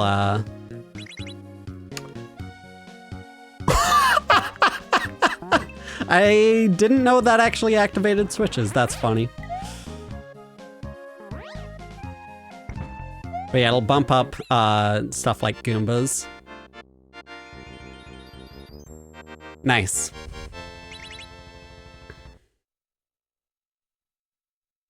Okay. Right tight flight.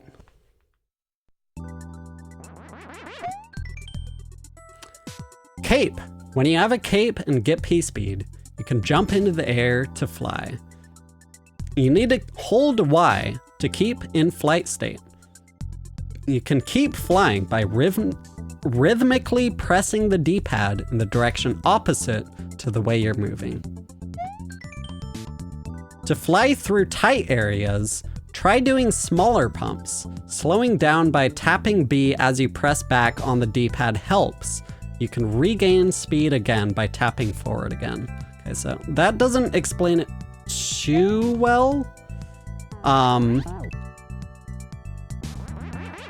So one thing to know as well, you can like, as you're moving upward, you can start out at a lower speed by sort of pulling left and right in the air like that. And then you can speed up by tapping right if you want.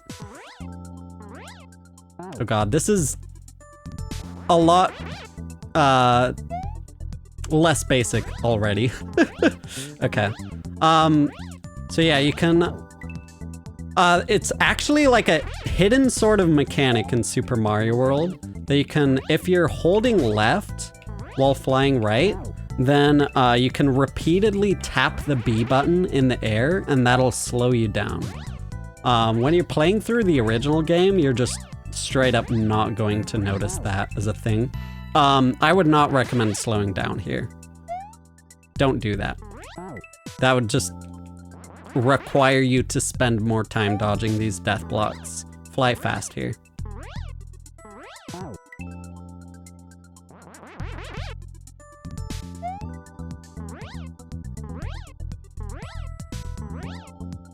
Yeah. Tap left each time and then tapping left like that will give you a cape pump. You don't want to hold left too long and you don't need to press right. You can just let go of the D-pad after tapping left. Tight flight. To fly through tight areas, try doing smaller pumps.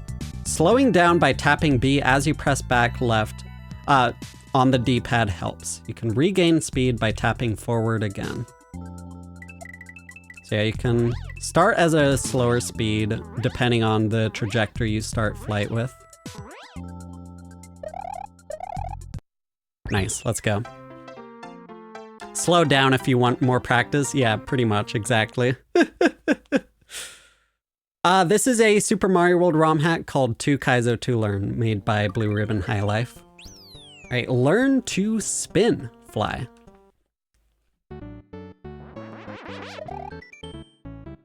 Spin fly. Use A to take off instead of B. You don't get to fly for long with spin fly, but it's useful for tight vertical spaces. You can regain your flight by tapping the A button again, or by a short run. So spin flight allows you to stick to the ceiling for a specific amount of time. It's a little over a second. You know, Blue Ribbon High Life from Twitch says hi to TikTok, and Fluffy Kitten Kiss from Twitch as well says hi to TikTok. Right, sticky ceiling. While spin flying, Mario sticks a bit to the ceiling.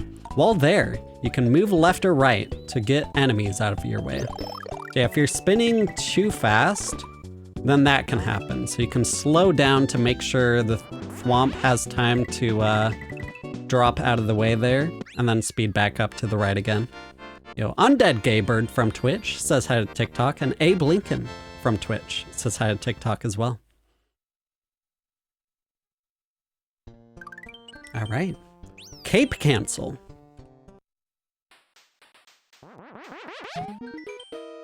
Takeoff timer. When Mario begins flight, his takeoff timer begins. You can gain flight any time during this timer, even if hitting an enemy causes you to lose flight.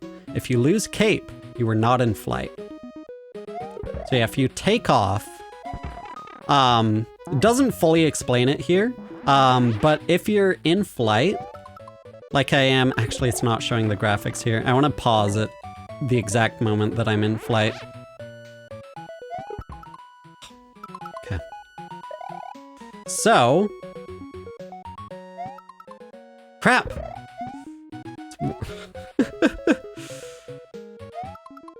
No! I keep pausing one frame too early. I want to demonstrate that I'm in flight. Just don't have much time to pause here. Okay, like that. So right now I'm in flight. That gives me an extra damage boost, where if I run into an enemy, that extra damage boost will cause me to spin out, giving me a second or two of invulnerability and changing my jump type into a spin jump. Like that.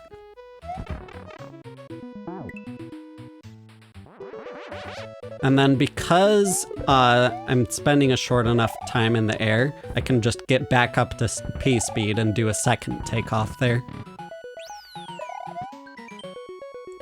Cape cancel. If you get hit while in normal flight, Mario will enter spin state and gain a short moment of invincibility. Okay, so that's the thing I just explained there.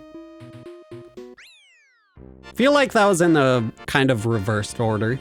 And also technically the technique in the first room was technically a different thing than the takeoff timer thing. That's just regaining P speed and doing two separate takeoffs. But it is, that is a useful bit of info in the message box there as well. All right, stuck on Kaizo. Assisted sticky fly. Go into a dive by pressing forward. Then right when you get under the Kaizo blocks, pull up into them by pressing left. Hold back and love the stick. You can get sticky flight without Kaizo blocks, but you need more precise timing. And a more precise angle into it. Alright, so it wants you to take off at the coin there and pull left here. It's pretty easy. Once you get it down, it's pretty easy. Just hold right until the right time to switch from holding right, then to holding left instead. And you get it. All right, caped shell jump. Cape shell jump. Shell jumps are way easier with a cape. You want to be the standard 2.5 tiles away, but you can throw at any time from the peak of your jump as you fall. It is best to wait until you hit the shell to regrab Y, but not necessary. Okay, so this is better time than ever to explain the wiggle. This left and right wiggle as you jump off the ground. So when you jump up here, you need to stabilize left and right. And this is actually pretty essential for cape shell jumps, because you want to stabilize your momentum as you approach the wall generally. So yeah, wiggle left and right. Then you can stabilize against the wall like that. Not quite necessary there. But one thing that can definitely happen is, yeah, let me try and get it to happen here. That can happen. That can happen.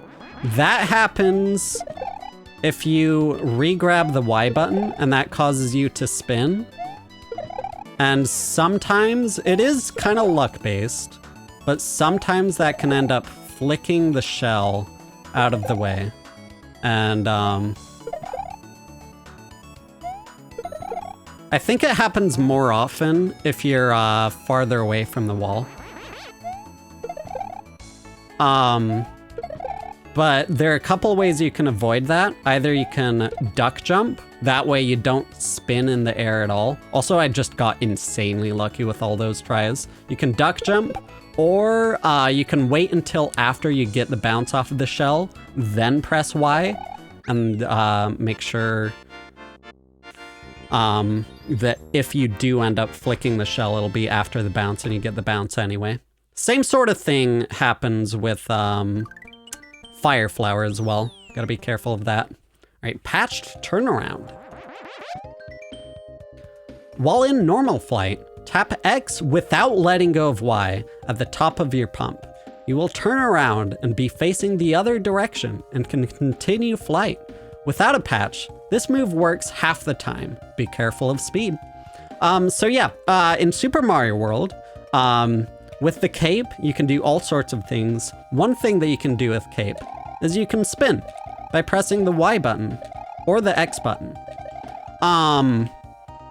And what Nintendo didn't completely anticipate is that you can actually spin while you're in flight.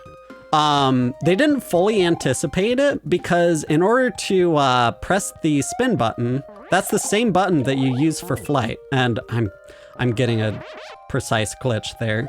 But oh my god, okay. And I'm getting takeoff meter. That's why, okay. So yeah, the spin button is the same button that you use to stay in flight. So if you want to press the spin button, then you lose your flight. But what Nintendo didn't think of is the fact that you have 2 spin buttons. So you can keep one of those buttons held to make sure you stay in flight, make sure you don't let go of it, and then you can use the other button in order to do the actual spin. And just hold Y the entire time and then tap X in order to turn around. So for this level specifically, I would recommend doing the kind of wiggle thing on the way up to make sure you start at a lower speed. You can just take your time moving over here. You can slow down a little bit more as well by using the B button. You do need to make sure to time the B press when you're doing your cape pump input.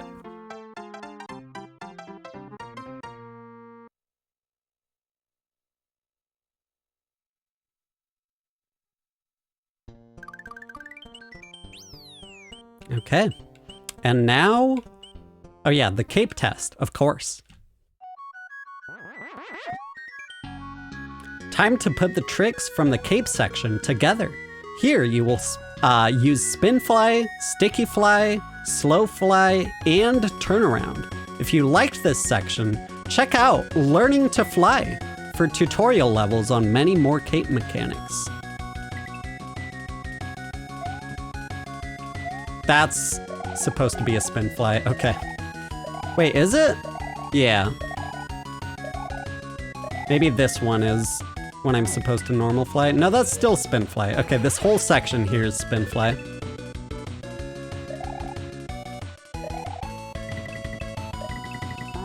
Okay. One thing to know with spin fly and cape float is there's a little bit of a delay from when you let go of the jump button until you actually start falling. And that delay is it's based on when the game actually checks whether you're still holding it or not. It only checks for that once every 16 frames, so about 4 times a second. And if you let go in between one of those checks, you'll have to wait all the way until the next check before you start falling again. That's how it works.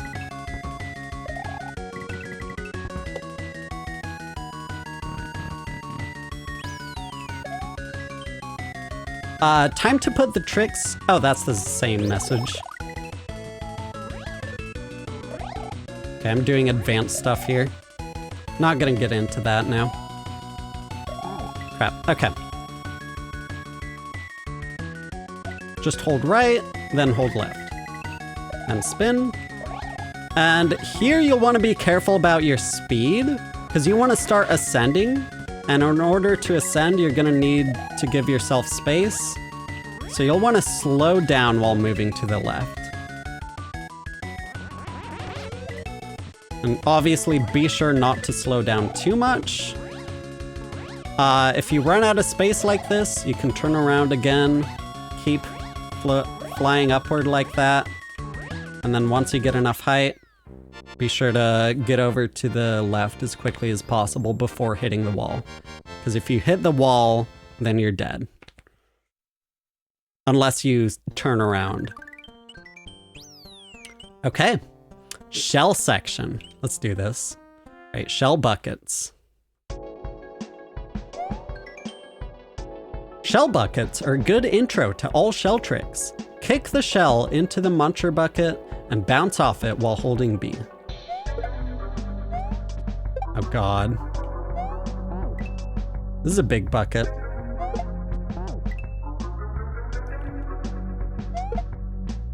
So this can kind of feel random because the shell moves so fast and it's moving into all kinds of different positions.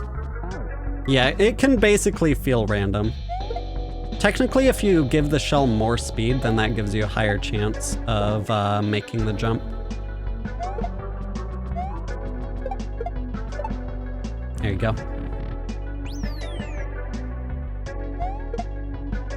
Okay, this one you can get a better feel for how to time it. You can use a visual cue for for example, when the shell is bouncing off the right muncher, and then use that to time when you jump.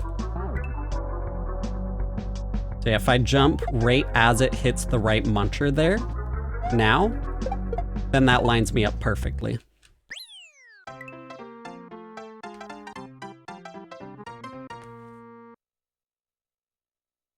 I've been waiting for the double shell jump level so I can really dig into shell jumps. When is that? Okay, that's after this level. All right, shell nudges. This one's easy.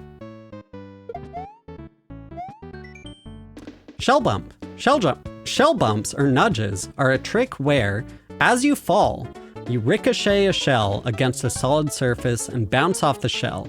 You need to position Mario to nudge the shell towards the wall, then hold B to hit it as it bounces off. So if you're not holding Y, then the shell will bump, it'll get kicked automatically without you grabbing it. You don't want to grab this shell actually. If you grab the shell, then it goes straight over your head. Not useful at all.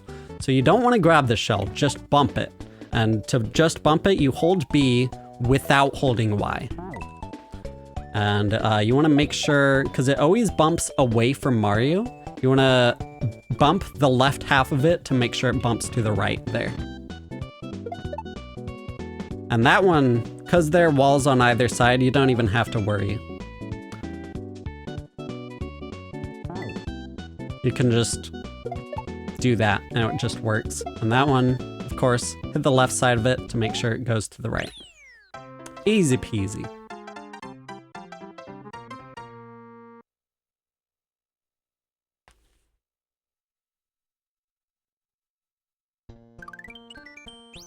All right, assisted double shell.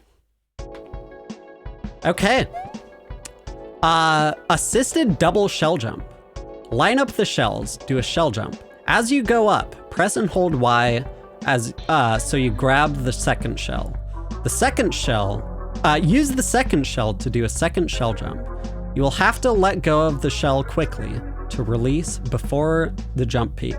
So this is the way it wants you to do it, is just stand still and do that. I would actually advise against that. Don't do it this way. Do not do it that way, because that's not going to be useful for how you're actually going to do the real double shell jump. What you want to do here is you want to rethink the way that you're doing shell jumps at all. You want a running start to your first jump, then you wiggle left and right to stabilize your momentum. So you want to bring yourself to a stop and then face right. So like that. So you're doing a sort of zigzag input here. And that zigzag, it's going to be quite a lot to get used to, but it'll come in such, it'll really help with your shell jump proficiency overall. Once you get it down into the muscle memory, it really becomes a lot more natural. But yeah, you really want to learn that zigzag, because that zigzag is going to come into play for the real double shell jump. And again, for shell jumps, you want to be holding B the entire time. Don't let go of the B button. Only let go of the Y button. The way I do it is like doing it like that with my thumb. That's pretty important. But yeah, the real double shell jump now. jump and throw the shell into the air. Oh no. It does it a different way than I want to teach it. The way I teach it is doing it like that, but the shells have to be positioned slightly differently. So yeah, that's the annoying thing with tutorial hacks, is usually they put the shells in the wrong spot. So you can put this yellow shell a little bit farther away from the wall like that. Hold the red shell farther away like that, get a running start, and then do that zigzag sort of thing. Pulling left and right to stabilize yourself against the wall. Like that. And that stabilizing your momentum against the wall is really the key to getting the double shell jump down.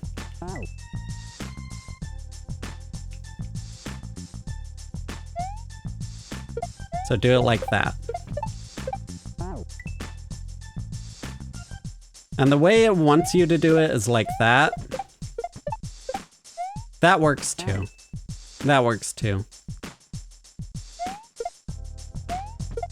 But yeah, if you're not doing the zigzag like the left and right, then things don't line up at all. You're gonna need to do the zigzag anyway, basically. So you could do it either way. You could do it either way. You're gonna need to do the zigzag. So running jump, and then you have to like position yourself at the right distance away from the wall and stabilize to make sure you're not moving too fast toward the wall.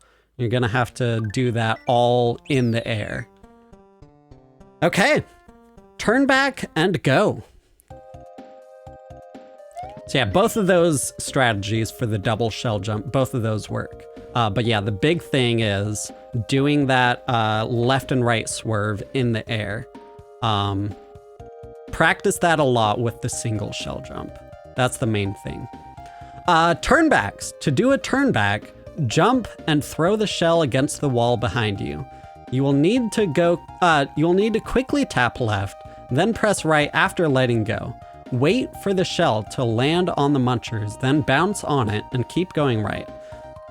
So these are also referred to as back shots, which TikTok commenters find really funny. So if you want to call them back shots, then you'll always get a few TikTok comments saying he said back shot. So be sure to do that. And then the way I like to do it is to do a really tiny left tap before you, well before you even do the throw. Just tap left and then let go of the D-pad entirely. And then you can throw without holding on to anything on the D-pad. And that prevents any sort of issues with accidentally up-tossing the shell as well. You know, Derek Reed, thank you for the donut gifts coming in. Appreciate that.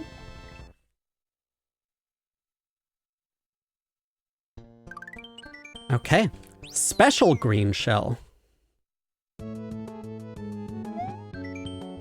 Special green shell. There are two different green shells in SMW. This one keeps moving after being bounced on once. It is silver just for easy identification. Throw the shell off the wall behind you, then bounce off it twice under the munchers. There, we can throw it left and then double bounce like that. So you want to make sure that you get to full speed to the right. And then for the first bounce, you want to make sure that you're landing on the right side of the silver shell so you can stay far enough caught up with it that the second bounce will end up landing on the left side of it. And you don't actually, you want to be careful not to regrab that because getting too much of a regrab will actually keep you in the air too long that the shell just outpaces you by the time you get the second bounce. So be careful of that too. Here, do a shell jump and keep going. The shell will keep traveling beneath you, causing the Koopa to jump up. Bounce off the Koopa and then the shell after it bounces off the far wall. This is one of those things where you read the message box, it doesn't make sense, and then you do the level, and then it starts to make sense. So you can like go back and reread the message box if you want. A lot of message boxes like that pop up in Kaizo where you just read something, it goes straight over your head, you play the level, you get to that part of the level, and then you reread the message box and it's like, oh, that! Okay, now it makes sense. Okay, shell test. You know, Kristen, thank you for the heart me, appreciate that. This is a short but sour test focused on shell tricks. You will need to do an assisted double, a nudge, and a trick similar to one you did in the buckets level. Good luck. So yeah, you can do double shell jumps like that. I don't recommend it because most shell jumps you'll be doing in actual Kaizo, you're gonna be doing this sort of zigzag. It is harder to do it that way, but the muscle memory is so much more useful in so many more hacks. Yo, Claudia, thank you for the dinosaur gift. Really appreciate that. Thanks so much for the support. It really means a lot. Okay. Okay. Motor skills. Let's check this out. This is a custom ASM. So custom code modded into the game that allows you to switch your jump type in midair. Jump with B and then tap A to see how it works. So yeah, you can use the different jump buttons mid-jump in order to switch back and forth between the different jump types here.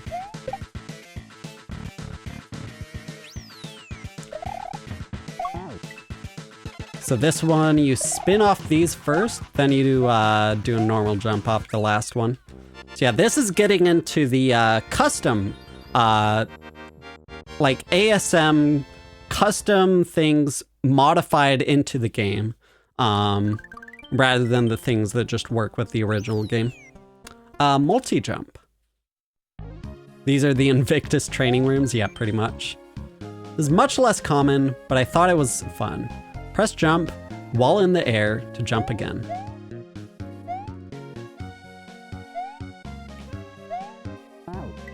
Okay, that's a little bit precise. One good thing to know is you actually can't get the second jump with this ASM until after the peak of your jump. So you have to be falling in order to do your second jump. If you do your second jump just before the peak of your jump, then it won't give you the second jump. That's the most common version of this custom code, is that you have to be falling downwards to get the second jump.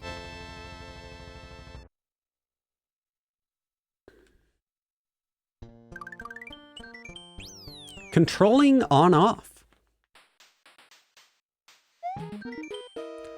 These blocks can be controlled by using the shoulder buttons, L or R, on your controller.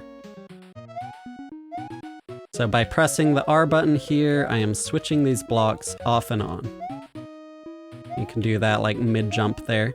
And there's a way you control yourself here, is that if you grab the orb there and you don't switch that, then you're gonna fall to your death. Be careful of that.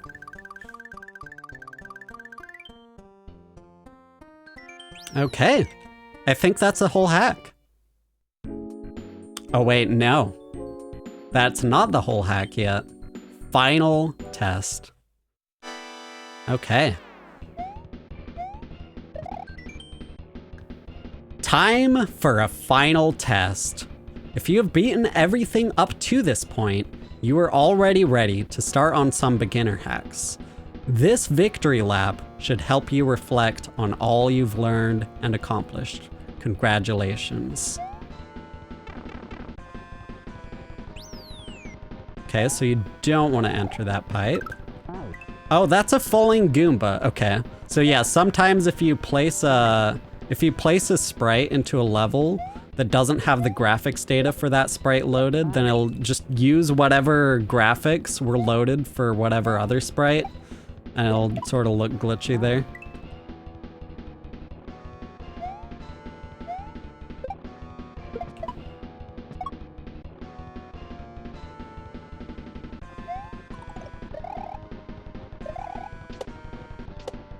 Nice, nice. Checkpoint, hell yeah. Okay, clearly this is supposed to be a spin fly. Actually, this isn't something that I've gone over in spin flight yet. In spin flight, you have a certain amount of time where you stick to ceilings, but that same amount of time can be used, you can drop down and then fly up in the same spin flight. So you can like bounce up and down like that. That's useful to know as well. It wants you to do a shell jump here.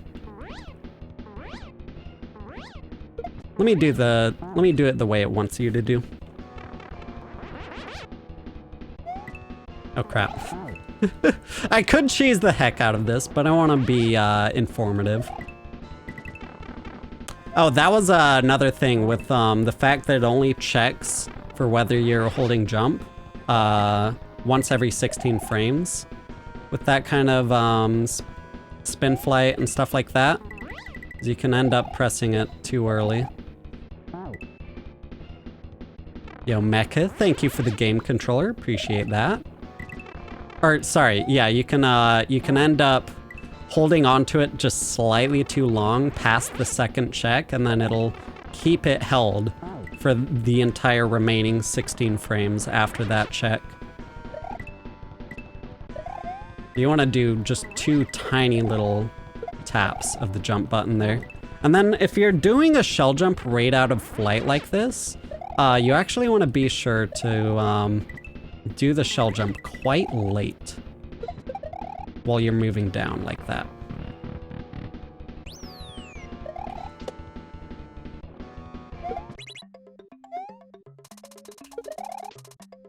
I didn't have time to react. Okay, okay.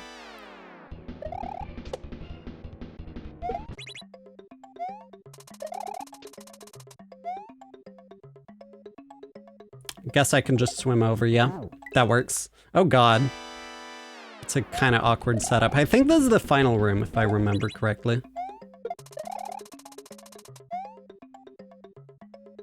Just go over. There we go. Nice! That's the whole hack! Let's go! Let's go. Hell yeah. Okay, credits. 2Kaizo2Learn. The Super Mario World Kaizo tutorial hack, created by Blue Ribbon High Life. Inspired by Learn to Kaizo, Learning to Fly, and Kaizo Kindergarten. Special thanks to Nexus and Fen. Super special shout out to the entire Rainbow Wing team. Go to twitch.lgbt and give everyone a follow. Made with ROM Hack Race's base ROM v4.0. Assembled by Ampersand and featuring ASM or blocks by all of these cool people. Hell yeah. Whole lot of cool people. Oh hey! Additional ASM, Uber ASM. Look who it is. That's me. Nice, let's go.